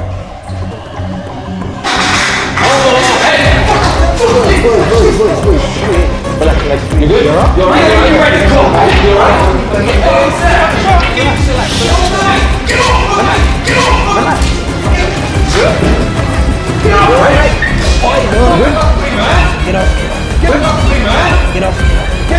Come in.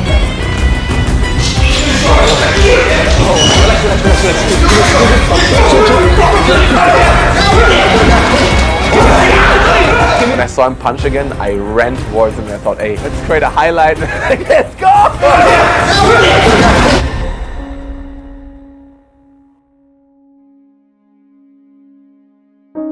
Just grabbed two guys, focused on separating them and getting one out the door. And I realised that Ranton's supposed to be my co-worker. He might be getting jumped by 10 guys back there and I don't even know. I break up one fight, I turn around, another fight starts, I turn around, the same fight starts again. It was just a lot happening at the same time. And then, the final threat emerged. The poop guy!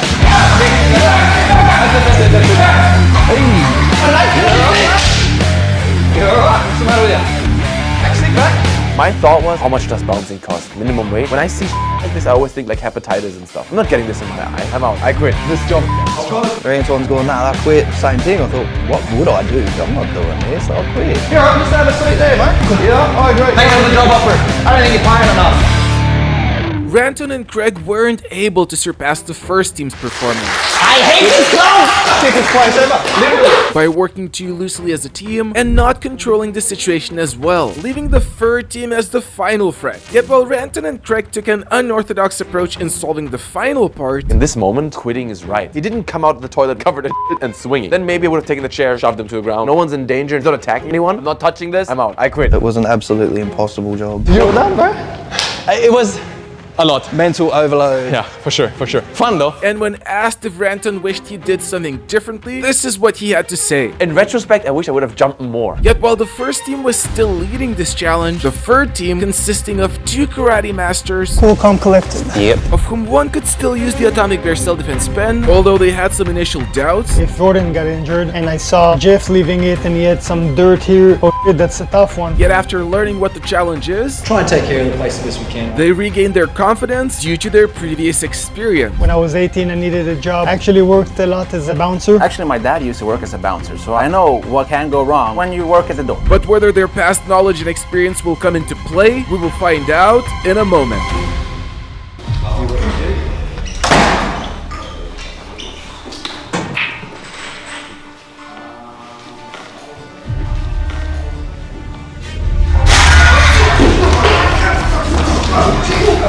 Take it easy. Take it easy, pal. Take it easy.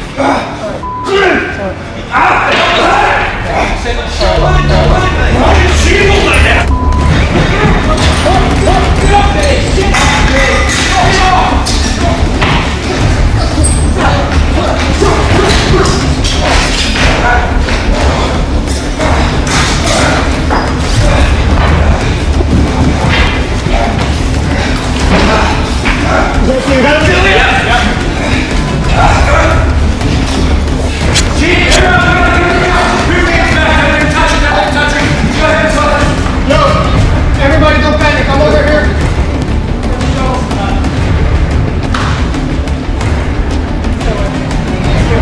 Keep walking, pal. Keep walking. Keep walking. Keep walking. Keep walking.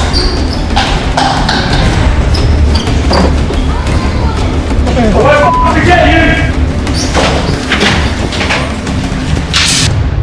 Now that all 3 teams have completed the challenge, the contenders were about to face a bonus challenge. But before that, their scores needed to be assessed. Although Natan and Jesse did almost as well as the first team, their lack of addressing the third fight that broke out and letting an attacker go towards their victim left them slightly behind their main competitors. Usually in a real nightclub, you have 10 security guards for 1 fight and not 2 security guards for 7 fights. That was hard. That was hard. What do you do when 2 guys are fighting? Too many fights broke out. Yeah, what do you do? Like, do you stay? Do you go? Do you focus on the first guy that you were trying to handle, or do you go for the other guys and leave the first guy? So it was like a dilemma, but we did our best anyway. Leading the contenders to receiving the following points for the challenge: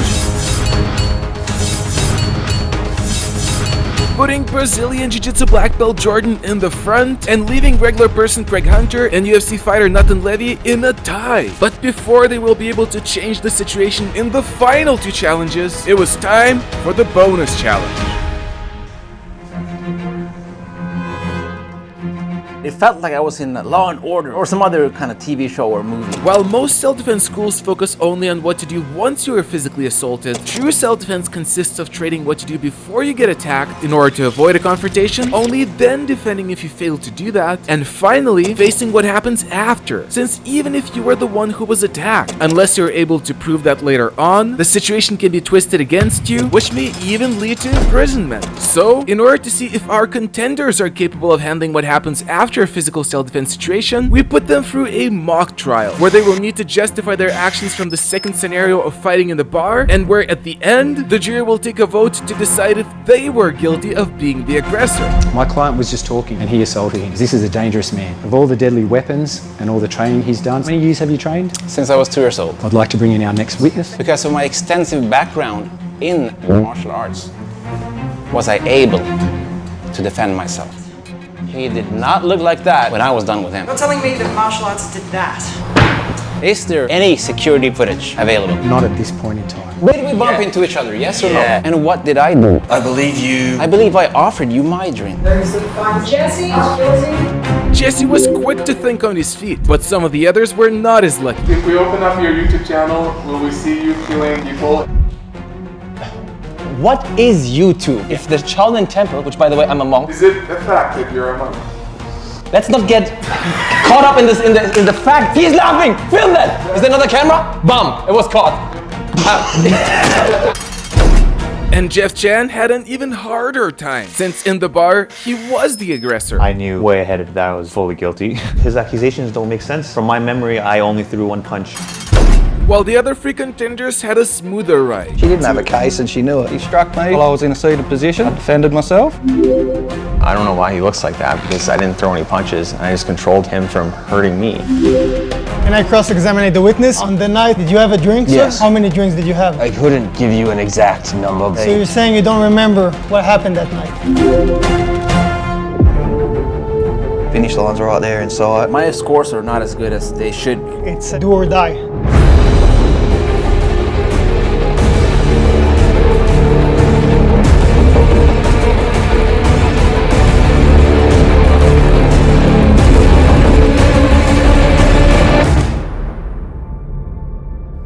The 6 martial arts experts who have been competing in various self-defense challenges to see who will become the ultimate self-defense champion have reached the final day. My scores are not as good as they should be. I'm thinking maybe rather than just going for self-defense, I should start going for self-offense. Finish lines right there in sight. And I was a bit battered and sore. And it's going to be the hardest day, I'd imagine. Friday morning, it's a do or die. I just don't want to be last. I hope I won't be last. Yet the final day was not reached without sacrifice. If I have a really good knee brace, maybe I can keep going, but realistically, it wouldn't have been a good idea. Unfortunately, after re-injuring his knee, Brazilian Jiu-Jitsu black belt Jordan dropped out from the next challenges, finalizing his current score. Yet the tension was still running high, as against all odds, regular person Craig had an equal amount of points with UFC fighter Natan Levy, making each point they will receive in this challenge a potential game changer. In the following challenge, the contenders will be boarding a bus, where they will be facing 5 different self-defense scenarios, from multiple attackers to a man beating their wife in front of them, and their scores will depend not only on how well they will fight, but also on how appropriately they will act in each situation. And the first person to go was MMA fighter Jeff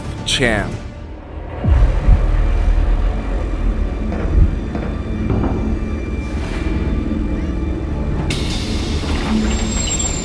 The contenders had no idea what was coming their way, with the drug addict sitting next to them being the first scenario. How's it going? Do you mind if you sit away, please? Yeah, because I'm not very comfortable with that. MMA fighter Jeff Chan decided to solve the situation with his knees. Meanwhile, Shaolin disciple Ranton, whose goal was not to take the last place in the championship, initially had a different idea. Dude, the druggy guy? Oh my god! Man, he offered me. I don't know why the hell I didn't take it. We just move on to the side? I should have said, yeah, sure, bro, I love heroin, let's go. And then throw it on the ground and say, drugs are bad. No. Yeah, sure.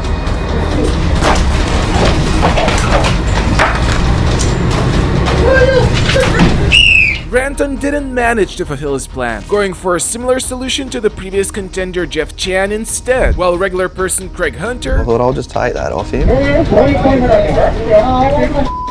like that much, and then he put one on me. So it was time for the Abbey pump to come out. Craig Hunter took a similar approach to the first 2 contenders, yet the story with the next 2 contenders was different.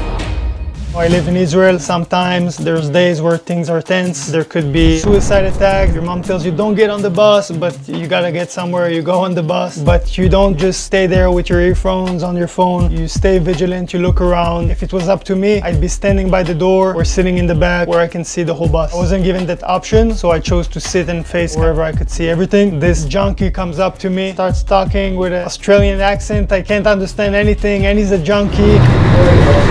Right there. I bounce off the chair, that's what I would do in real life. I don't need to interact with him. Natan's solution in this scenario, out of all the contenders, was so far the best. Yet karate black belt Jesse Enkamp, who decided this time to go on the offensive, still had an opportunity to find an even better solution. I hop on the bus and a junkie sits next to me. Hey, how are ya? Starts shooting up some crack, heroin, I don't know. I've never done drugs, okay? But he asks me if I want to try some, and I'm like, no thanks. But he keeps asking, he keeps harassing me. Where are you from anyway? I'm actually from Sweden. Oh, yeah. Jesse being so European and polite and starts telling him his whole life story. For the weekend. Really? Yeah. All right. Cool. The junkie stops talking to him and Jesse's like, so where are you going? What are you doing? Stop interacting with the junkie. At some point, he drops his needle and gets angry. And then a fight breaks out. Calm down.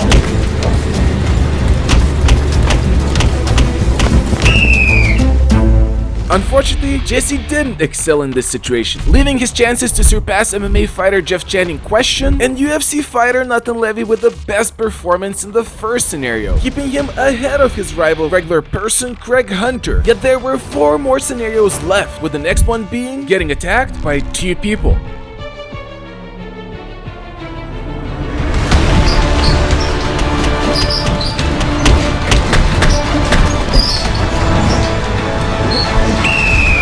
Jeff responded effectively to his attackers, stopping the round. Then it was Shaolin disciple Ranton's turn, who needed to do well if he wanted to achieve his goal of not being last.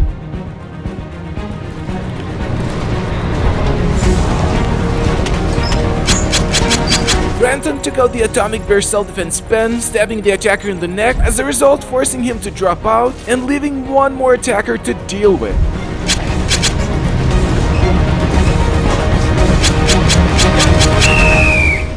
Ranton had a great response to the situation, putting him so far in a favorable position, while Craig Hunter, who was next, was about to use his street skills in order to get an edge on his rival UFC fighter Natan.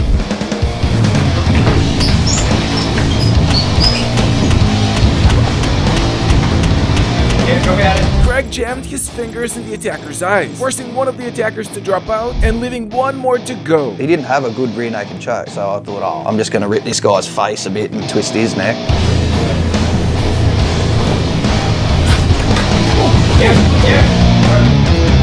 So far, all 3 contenders did a great job in the second scenario, leaving UFC fighter Natan and karate expert Jesse, both karate black belts, to see if they can do even better. Somebody grabs me, I get on the chair, get a higher point to release. Some other punk, might as well sidekick them right in the face, sit back down.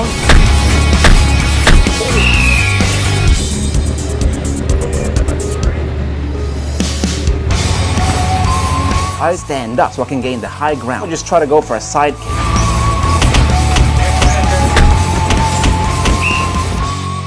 By now, you may be wondering why this challenge is on a bus. While many martial arts dojos which claim to teach self-defense not only practice outdated forms, they also train in an environment which does not reflect the reality. If you will ever get attacked, it may happen absolutely anywhere, including a bus, which has seating, railing, and it moves, creating an unstable environment. And the more you practice in an unreliable environment, the better you will be prepared if you will ever have to defend yourself in one. Meanwhile, all the contenders did well in the second scenario, making the next 3 scenarios even more important in deciding who will get the highest score, while the following one will test their skills far beyond fighting. How's it going? I'm not very comfortable with you touching me. Very strong. I think I'm gonna move out of the seat, please. Can you please move away?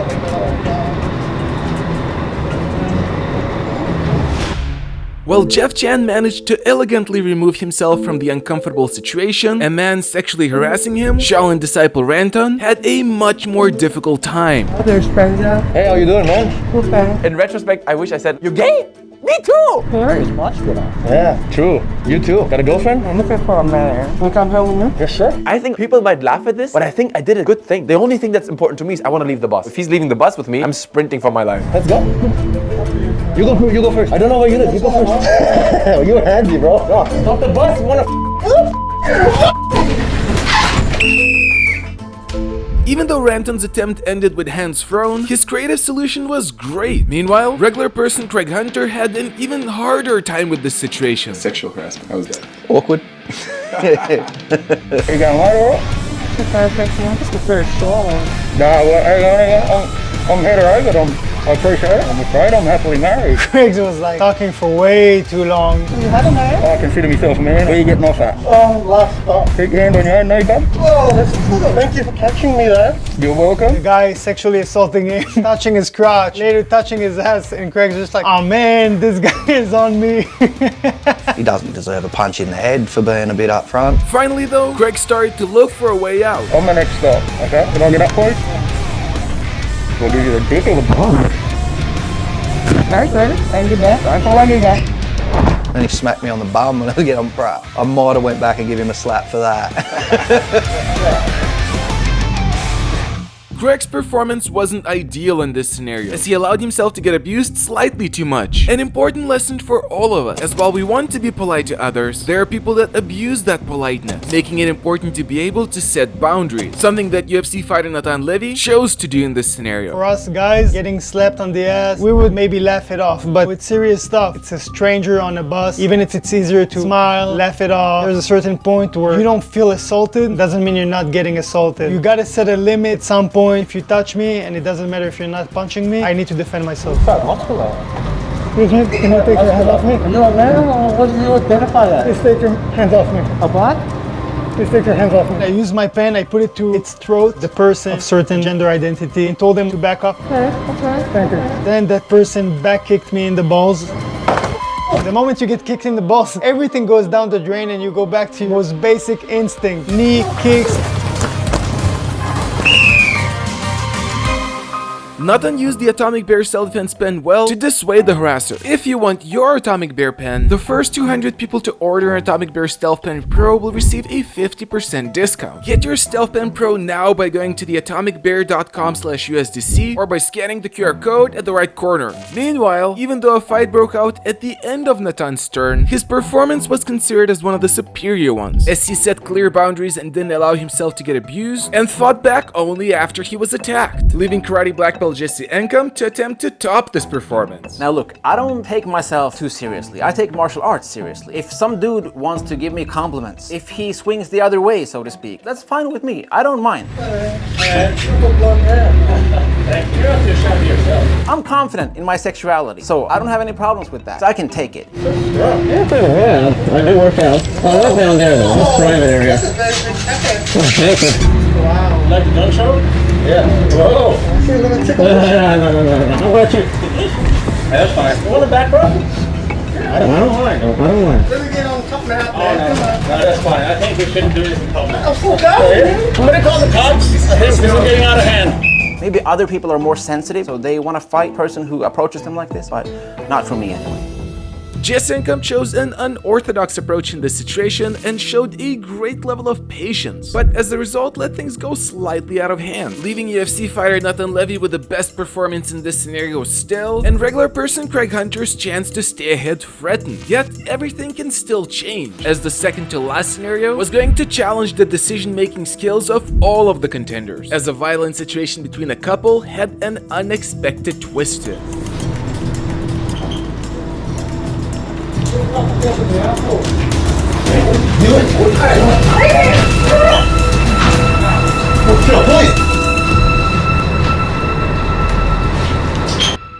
While growing up watching action movies where the hero saves the girl, many men have fantasies of saving a lady from a bad guy themselves. But in reality, not every woman wants you to be their protector. As in this situation, despite being beaten, the woman attacks the contenders herself while protecting her boyfriend. Dysfunctional relationships like this are not uncommon, reminding us that not every situation beckons you to take the role of a knight in shining armor, leaving the rest of the contenders to try to navigate this confusing situation themselves. This one I think was super funny and super creative on your side because it had a twist, right? Jesus Christ, I'm trying to help you, lady. Whoa. I'm trying to help you, lady. Relax. It's an abusive relationship, probably back and forth. And I said, yeah, keep going, keep going. It's fine. Love it. I don't know, maybe he's not the right guy for you. I know a lot of people that has actually intervened and the woman turns on you. Oh, sorry. He's alright.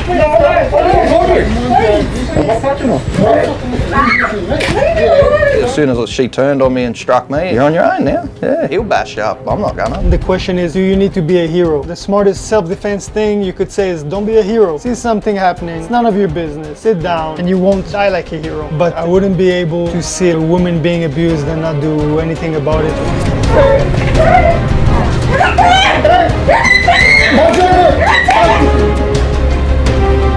I tried to save a woman. I'm not gonna hit one right now, even though she's bat crazy. So I'm just moving my head and doing kung fu blocks to her hand and just doing anything I can to not be charged with attacking a woman.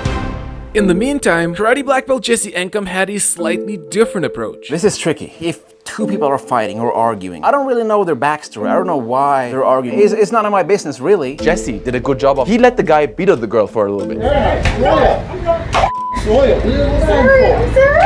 It might sound weird. Everyone wants to think, oh, I'm the hero. I will get involved super quickly. Probably not the smart choice to involve yourself right away into someone else's relationship. But it seemed like he was a little bit too aggressive compared to her attitude. So I stand up next to him just to make sure that if he tries to attack me, he will not have the high ground. I'll stand wherever I want.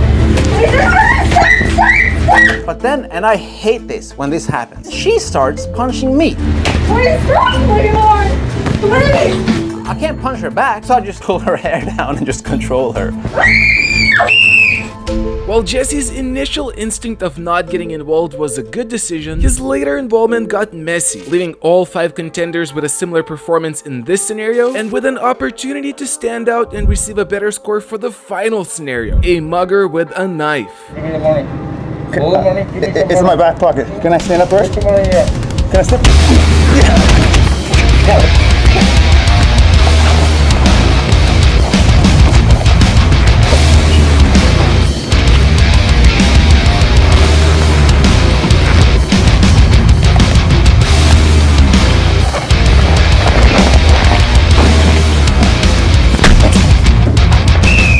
Although giving the wallet was a viable option, MMA fighter Jeff Chan decided not to risk it and defeated the attacker without suffering any injuries, while the following 2 contenders gave the other option a try. Dude, with knives, it's like, if the guy was instructed to stab me either way, that would have been it.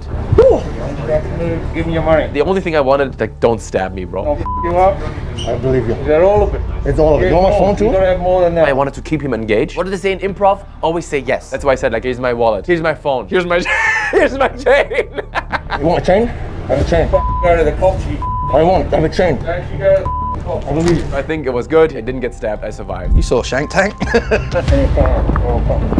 man, I got me phone and my wallet. I'm just giving you more than that. That's it, man. Search me. I didn't have that. I'm gonna tell the cops. Man, I can tell. I don't even know your name. I'm too panicked to even see it, bro. Give him everything, yeah. Giving your valuables to a mugger with a knife is a smart way to go, but then the following 2 contenders made a great point about another unforeseen aspect of this situation. I understand I should have given him my wallet, but you gotta understand, he didn't come up to me all calm and said, sir, please give me your wallet and don't make any noise and it'll be good. He looked, spoke, acted also like a junkie, somebody not stable. When somebody is already within stabbing reach of you, he is an immediate danger. Natan's knee to the head was counted as a knockout shot, finishing his scenario, while karate black belt Jesse Enkamp initially didn't understand the scope of the situation. I'm not seeing that knife. I just think he's trying to rob me without any weapon. Until I actually look down and I see there's a blade by my throat.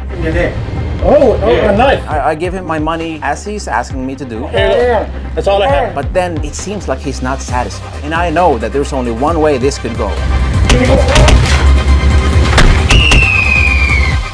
Now that all the contenders have taken their turn, it is time to find out who did the best. But first, let's find out who got the lowest score. While karate black belt Jesse Enkamp did a great job, unfortunately compared to the others he received the lowest score of 2 points, while Shaolin disciple Ranton follows him with 3 points. Next up is regular person Craig Hunter, who had a good performance but lacked in some areas, leaving him with 4 points, while MMA fighter Jeff Chan had a smooth ride in the bus, leaving him with 5 points. Yet overall, the best performance for this challenge goes to UFC fighter Natan Levy, getting him ahead of his current rival regular person Craig Hunter by 2 points. But the winner is not yet decided, as the upcoming all-out fights between the contenders can change everything.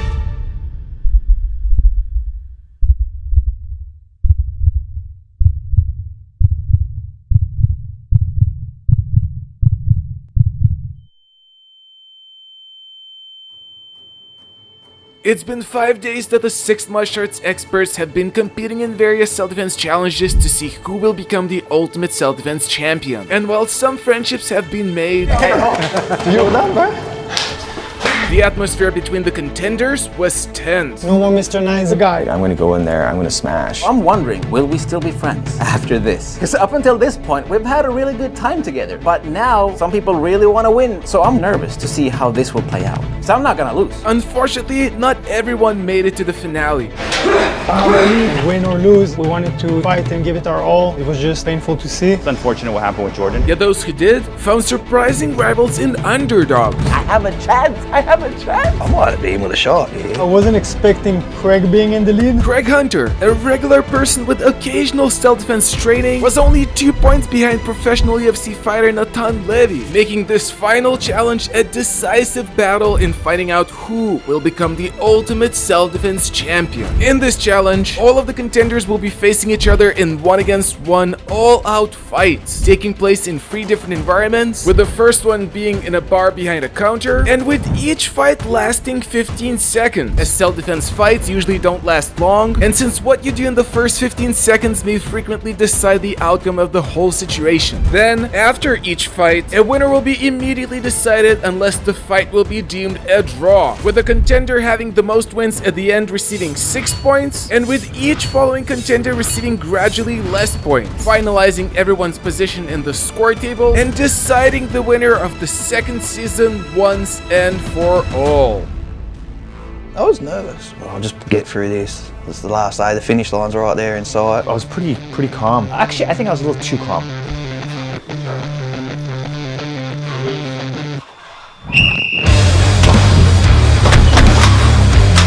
Yeah, swipe the cans at him as a distraction and then tried to slap him.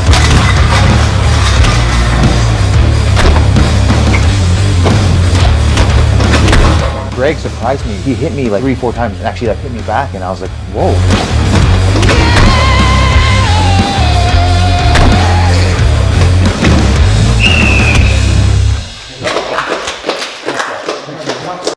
What I noticed about Greg, I mean, he caught me fair and square, but what I realized, I'm used to dodging, having the punch just past me, but my distance management is a little different with helmets stick out this much. Although the fight was a close one, the judges assessed that regular person Craig Hunter did more damage this time and was given his first win for the challenge. I might be wrong, but I felt like I was giving as many as I was getting. So I was pretty happy with that one. It's Jeff Chan, man. Yeah. Then, as the next 2 contenders were preparing for their fight, you might have noticed that while the gloves that they're wearing in this challenge are not usual, you may have seen them before in a very famous movie worn by none other than Bruce Lee. The reason the contenders were given these so-called Jeet Kune Do gloves is because they are thick enough to protect fingers from getting injured during a fight, while still giving the possibility of grappling. Yet if the next 2 contenders will be using these gloves to strike or grapple was a question, as they were both karate black belts, and a lot of kicks could be expected as soon as the positions were chosen by the winner of a coin flip. Top subordinates.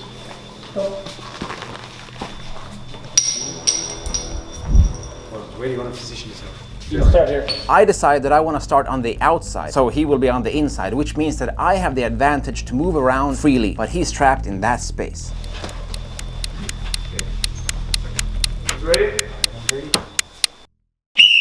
I wanted to use the can, throw them in somebody's face to distract them, but it didn't do much. I'm gonna kick over the counter, and I'm good at kicks, so I should be able to do it. But the peripheral vision in that helmet makes it really hard to see. I just knee strike straight into that counter. So stupid. He kicked the desk. I was like, oh my god, is he okay?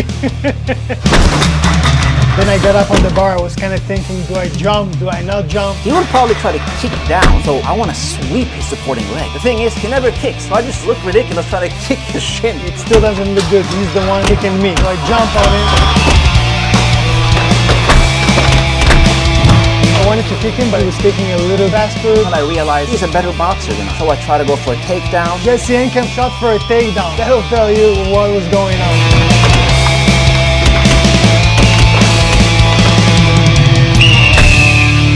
That's why karate guys need jiu-jitsu. Given that both Jesse and Natan caused some damage, the judges deemed this fight a draw, leaving neither of the contenders with advantages for this challenge. Meanwhile, one of the following contenders was not as confident about his chances. That was the one that I was nervous the most about, because I'm not a fighter. I've never been in a fight. All of them are experienced fighters, especially Natan, because Natan was always saying, I'm going 100%, I'm going 100%. And going 100% against a UFC fighter? no thanks.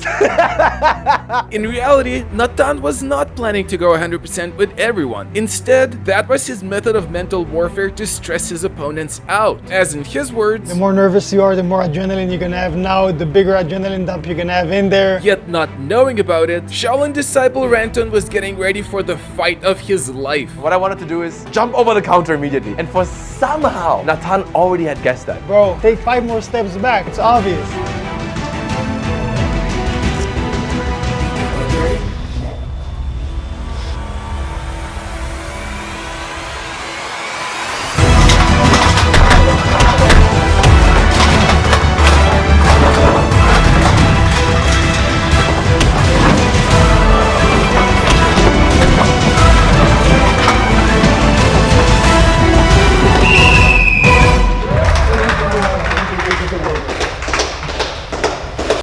I think he caught me with one knee into the stomach, but he held back the whole time. That Natan is so professional and smart enough. He really watched out for me. I really appreciated that. He's strong, Ranton. He's no joke. He was kind of wrestling with me, but I knew I had him on the techniques. I knew I was controlling. I had it in the bag, and no need for the extra damage. Although Shaolin disciple Ranton put up a good fight, UFC fighter Natan Levy won, leaving one more fight in the first environment between 2 contenders separated only by 3 points. MMA fighter Jeff Chan and karate black belt Jesse Enkamp, before the next fight taking place in the second environment. So next is Jeff. I know that he's a really good striker, but what I have that he doesn't have is size. So I'm running inside to trap him and push him up against the wall. I'm surprised Jesse tried to wrestle me instead of karate.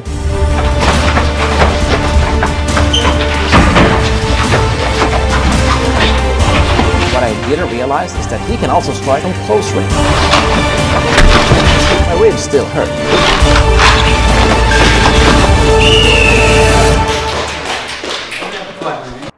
Jeff's knee was a deciding factor in giving him the win for this fight. Yet before the contenders made their way to the second environment, BJJ black belt Jordan Preisinger, who previously re-injured his knee, made an unexpected request. I just wanted to go out there and compete so bad, and seeing everyone do it. Despite us trying to convince him not to, Jordan decided to have a symbolic fight with Jeff Chan. Ready?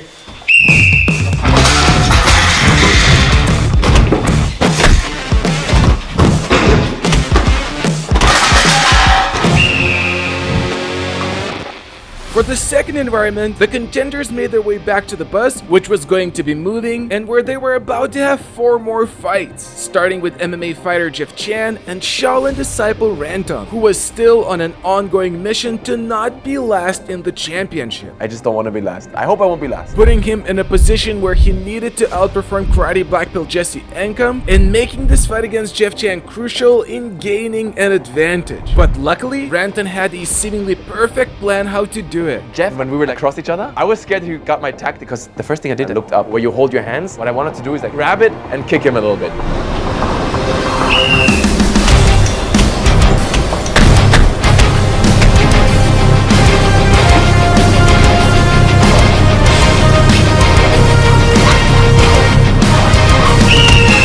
Unfortunately, Ranton lost this round, and his rival Jesse was about to go next. Craig, twice my age, half my handsome. And he tells me he has an important boxing match tomorrow. So I'm like, all right, let's lower the intensity. I realized that he's going 100%. He's literally trying to break my neck. All I was doing was moving his helmet around and giving him a neck massage.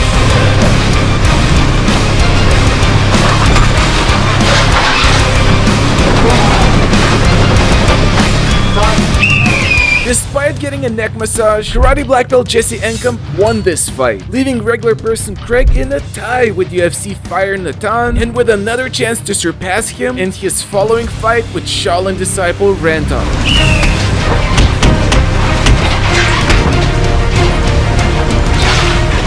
I was there for 10 seconds. What am I supposed to do? Just hit him? So I was like just tapping him on the side, like beep, beep, beep, beep, beep.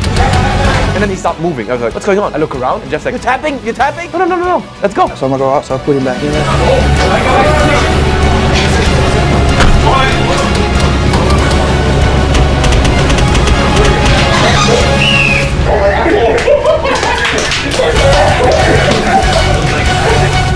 Craig Hunter won win this fight, putting him ahead of UFC fighter Natan Levy in advantages for this challenge. And Natan was not going to have an easy time getting back at him, since his next fight was against the other most experienced MMA fighter of the championship besides himself, Jeff Chan. I know Greg has a fight coming up tomorrow. Jesse is just a super nice guy. Ranton is also just a super nice guy. Those three particular challengers, I just didn't want to hit hard. The only person that I wanted to bang it out with was Natan. Me and Jeff, I was telling myself before, no matter what happens, the bus always have 2 feet on the ground because the bus is moving. And whenever you can, either grab pull so you can punch and not lose your balance. This went completely out the window the moment the adrenaline rushed in.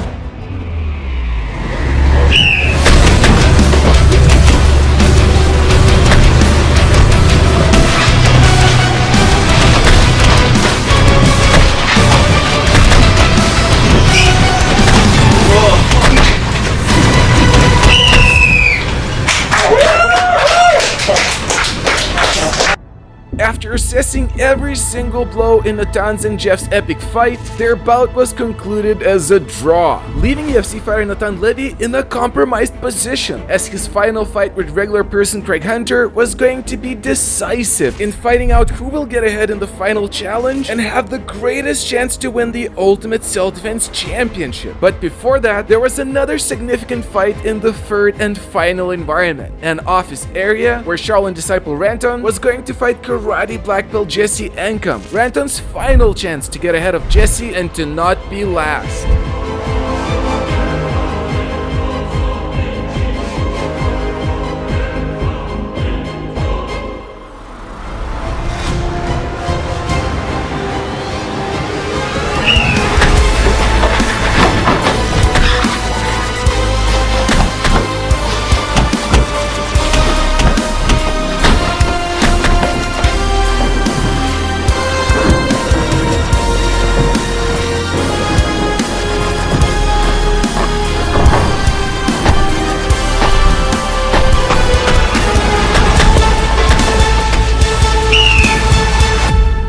Domination, complete domination, destroyed me. Unfortunately, Ranton lost his final fight, guaranteeing him the last place in the championship. What was I thinking? For a moment I had a chance. This was my destined outcome. Yet, even though Ranton took the last place, he dared to participate in the championship with minimal fighting experience. And despite having a rough start, he eventually surprised everyone. I saw him at the Shank tank and I was so proud of him. He came out like a Shaolin drunken boxer and just...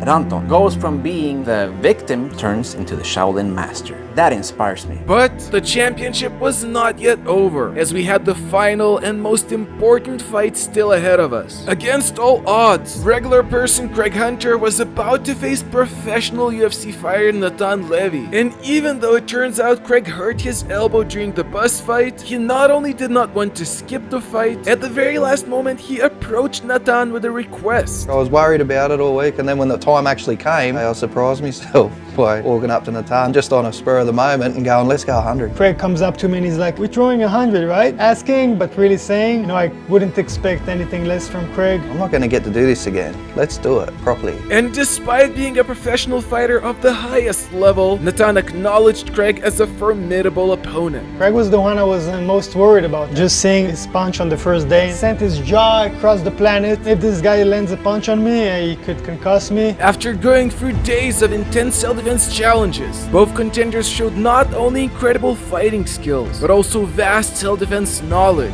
finally bringing us to a moment that will decide which one of them will become the ultimate self-defense champion. Just avoid his right hand at any cost. I was just thinking, just try, just hold your own.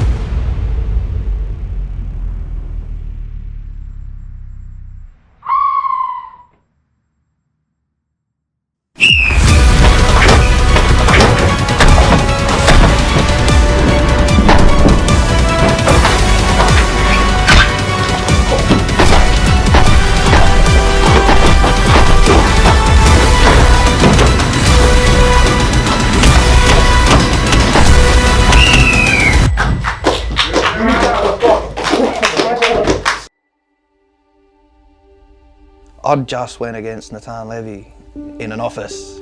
Wow, that just happened. Craig, such a legend, and it was a blast. Although the two fighters had an amazing fight, UFC fighter Natan Levy won, as a result becoming the champion of the Ultimate Self-Defense Championship. Natan didn't just win because he's a UFC fighter. Natan won because the guy is smart. He did really well in almost every challenge. Natan, did a great job and displayed great technique. Meanwhile, after defeating two knife attackers with a stealth pen pro, karate black belt Jesse Enkamp won the Atomic Bear Trophy for the best performance with the Atomic Bear pen. Wow, the golden pen. I might not be the ultimate self-defense champion, but I do know how to use a pen. But all of the contenders came out from the championship as winners, with regular person Craig Hunter taking the second place against all odds. Craig, not your average bloke. He's savvy, got charm, he's got lunchbox for hands. Craig, the legend, absolute mad lad, who on the following day won his first boxing match. With underdog Ranton proving that he's capable of fighting, and with everyone having the courage to put everything on the line, testing their skills against great adversity, and at the end, coming out as true warriors. Oh, and before you ask if Season 3 is going to be happening,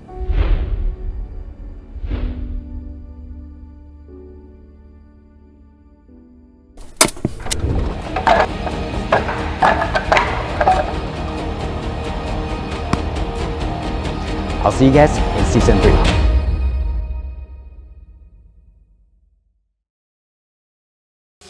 Welcome to the Ultimate Self-Defense Championship.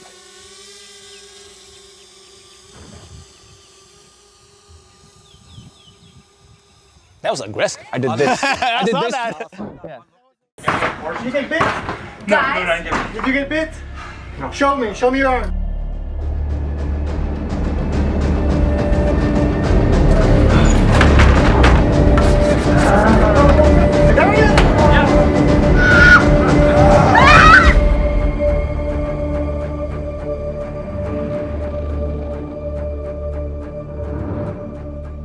A group of 7 martial artists were enjoying their time at the Ultimate Self-Defense Championship. Little did they know that at the same time, a zombie outbreak had begun. But they were soon going to find that out.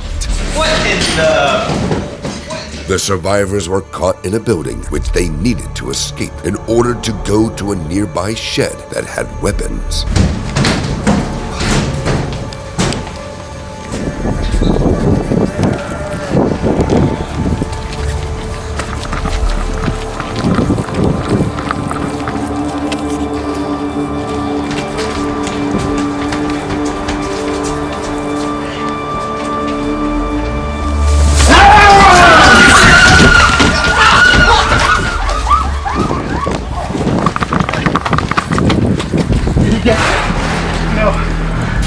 Did anyone get caught? Who's not here? Where's Ranton? Who's not here? Only after the survivors made their way to the shed, which stored martial arts weapons, did they realize that they had 2 of their friends behind, who had to make their way to the shed on their own. But before it was clear if they survived, the rest of the survivors not only armed themselves, Can I use it for my protection?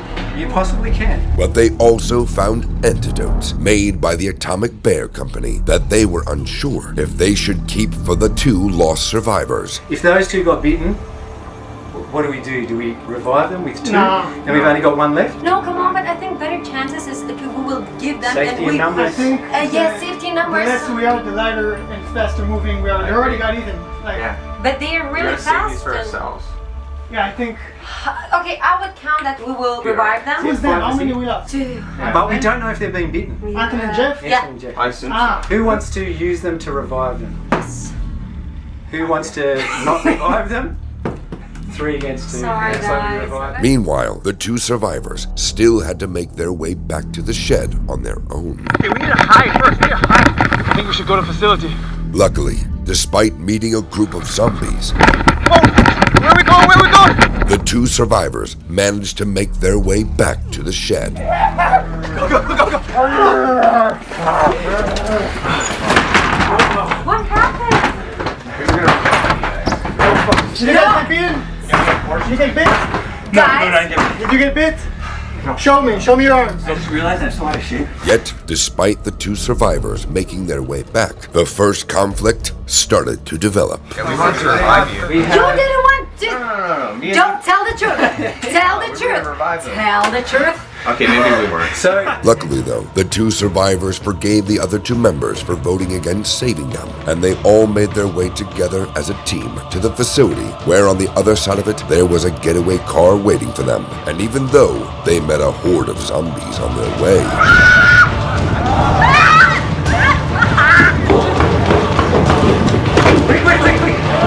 they managed to reach the facility safely.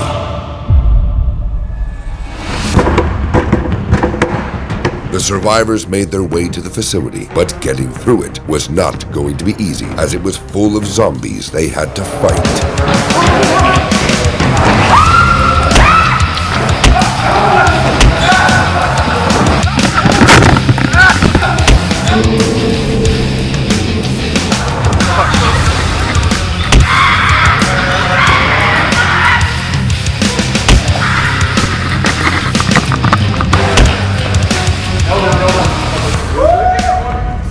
The survivors managed to clear the first room, but then they faced a dilemma of who should be carrying the two antidotes through the dangerous facility. I have the worst weapons, I feel like I should have one. Yeah, shortest weapon. No, because I have the best weapon, I feel like I can see I'm gonna stay alive, watch whoever dies, and give it to them. I'm also the champ. I'm screwed with this thing here. I need one weapon. I need one antidote. I'm also the champ.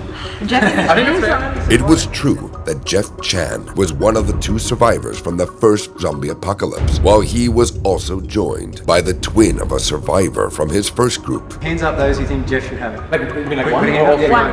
Yeah. Well, there's one. Hands up for Natan. Let's do it. Then once the survivors figured out who to give the antidotes to, they were ready to proceed to the next room, where they were going to display their martial arts skills.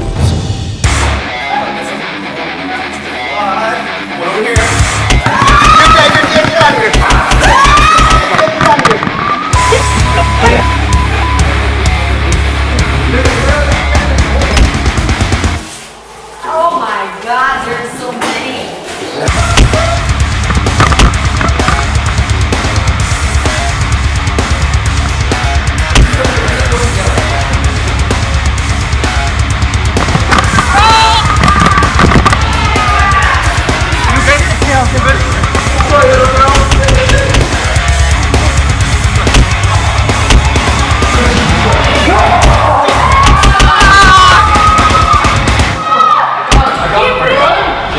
Are you bit? You got bit? You were bitten. You were bitten. I hit him first, or? It's okay, drink it. Okay, first antidote use. The group was kind enough to offer one of the antidotes to a bitten survivor, but with only a single antidote left, the situation could be getting more tense, as an even more dangerous corridor awaited them.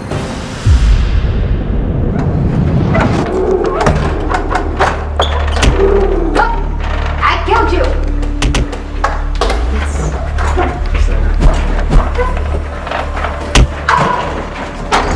After encountering two more zombies, the survivors reached a dark corridor full of rooms where they could be attacked from any doors.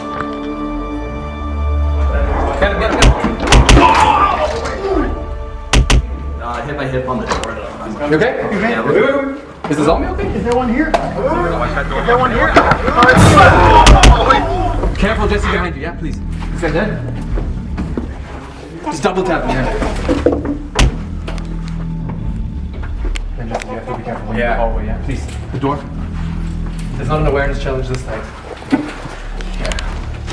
Wait, I got a flashlight. Lucky for the survivors, they also had Atomic Bear's self-defense pens, which worked like a flashlight. There it is! Yeah, there's one there.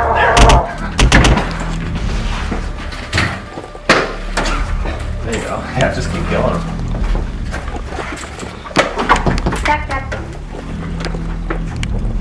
Should we be closing the doors behind us?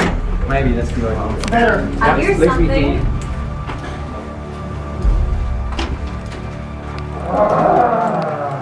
So maybe we can go there through this There's a door? lot of in here. Oh, you can't see anything. I can float. Bro, open it and run over. I have have the longest weapon, maybe I should just... Okay, fine. Ready?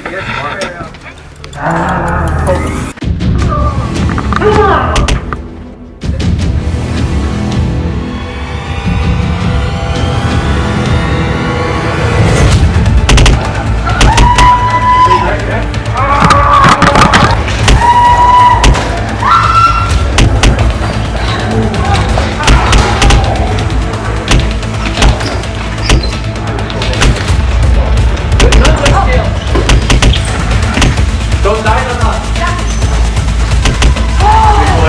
There's a zombie kid! Oh my god. How much health does he have? Oh my god. One hit.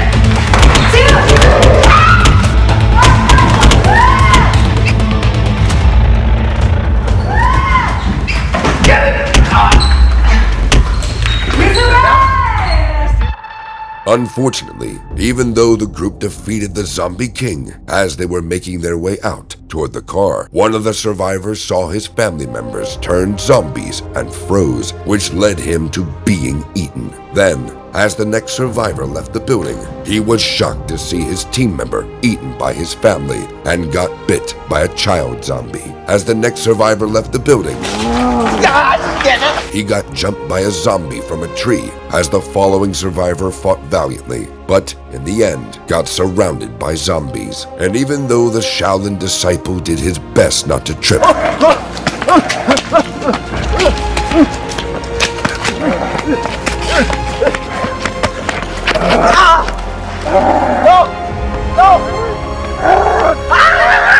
as the final two survivors managed to reach the car, it turned out that there was a zombie child already in it, biting the survivor. And in the end, only a single survivor was left alive.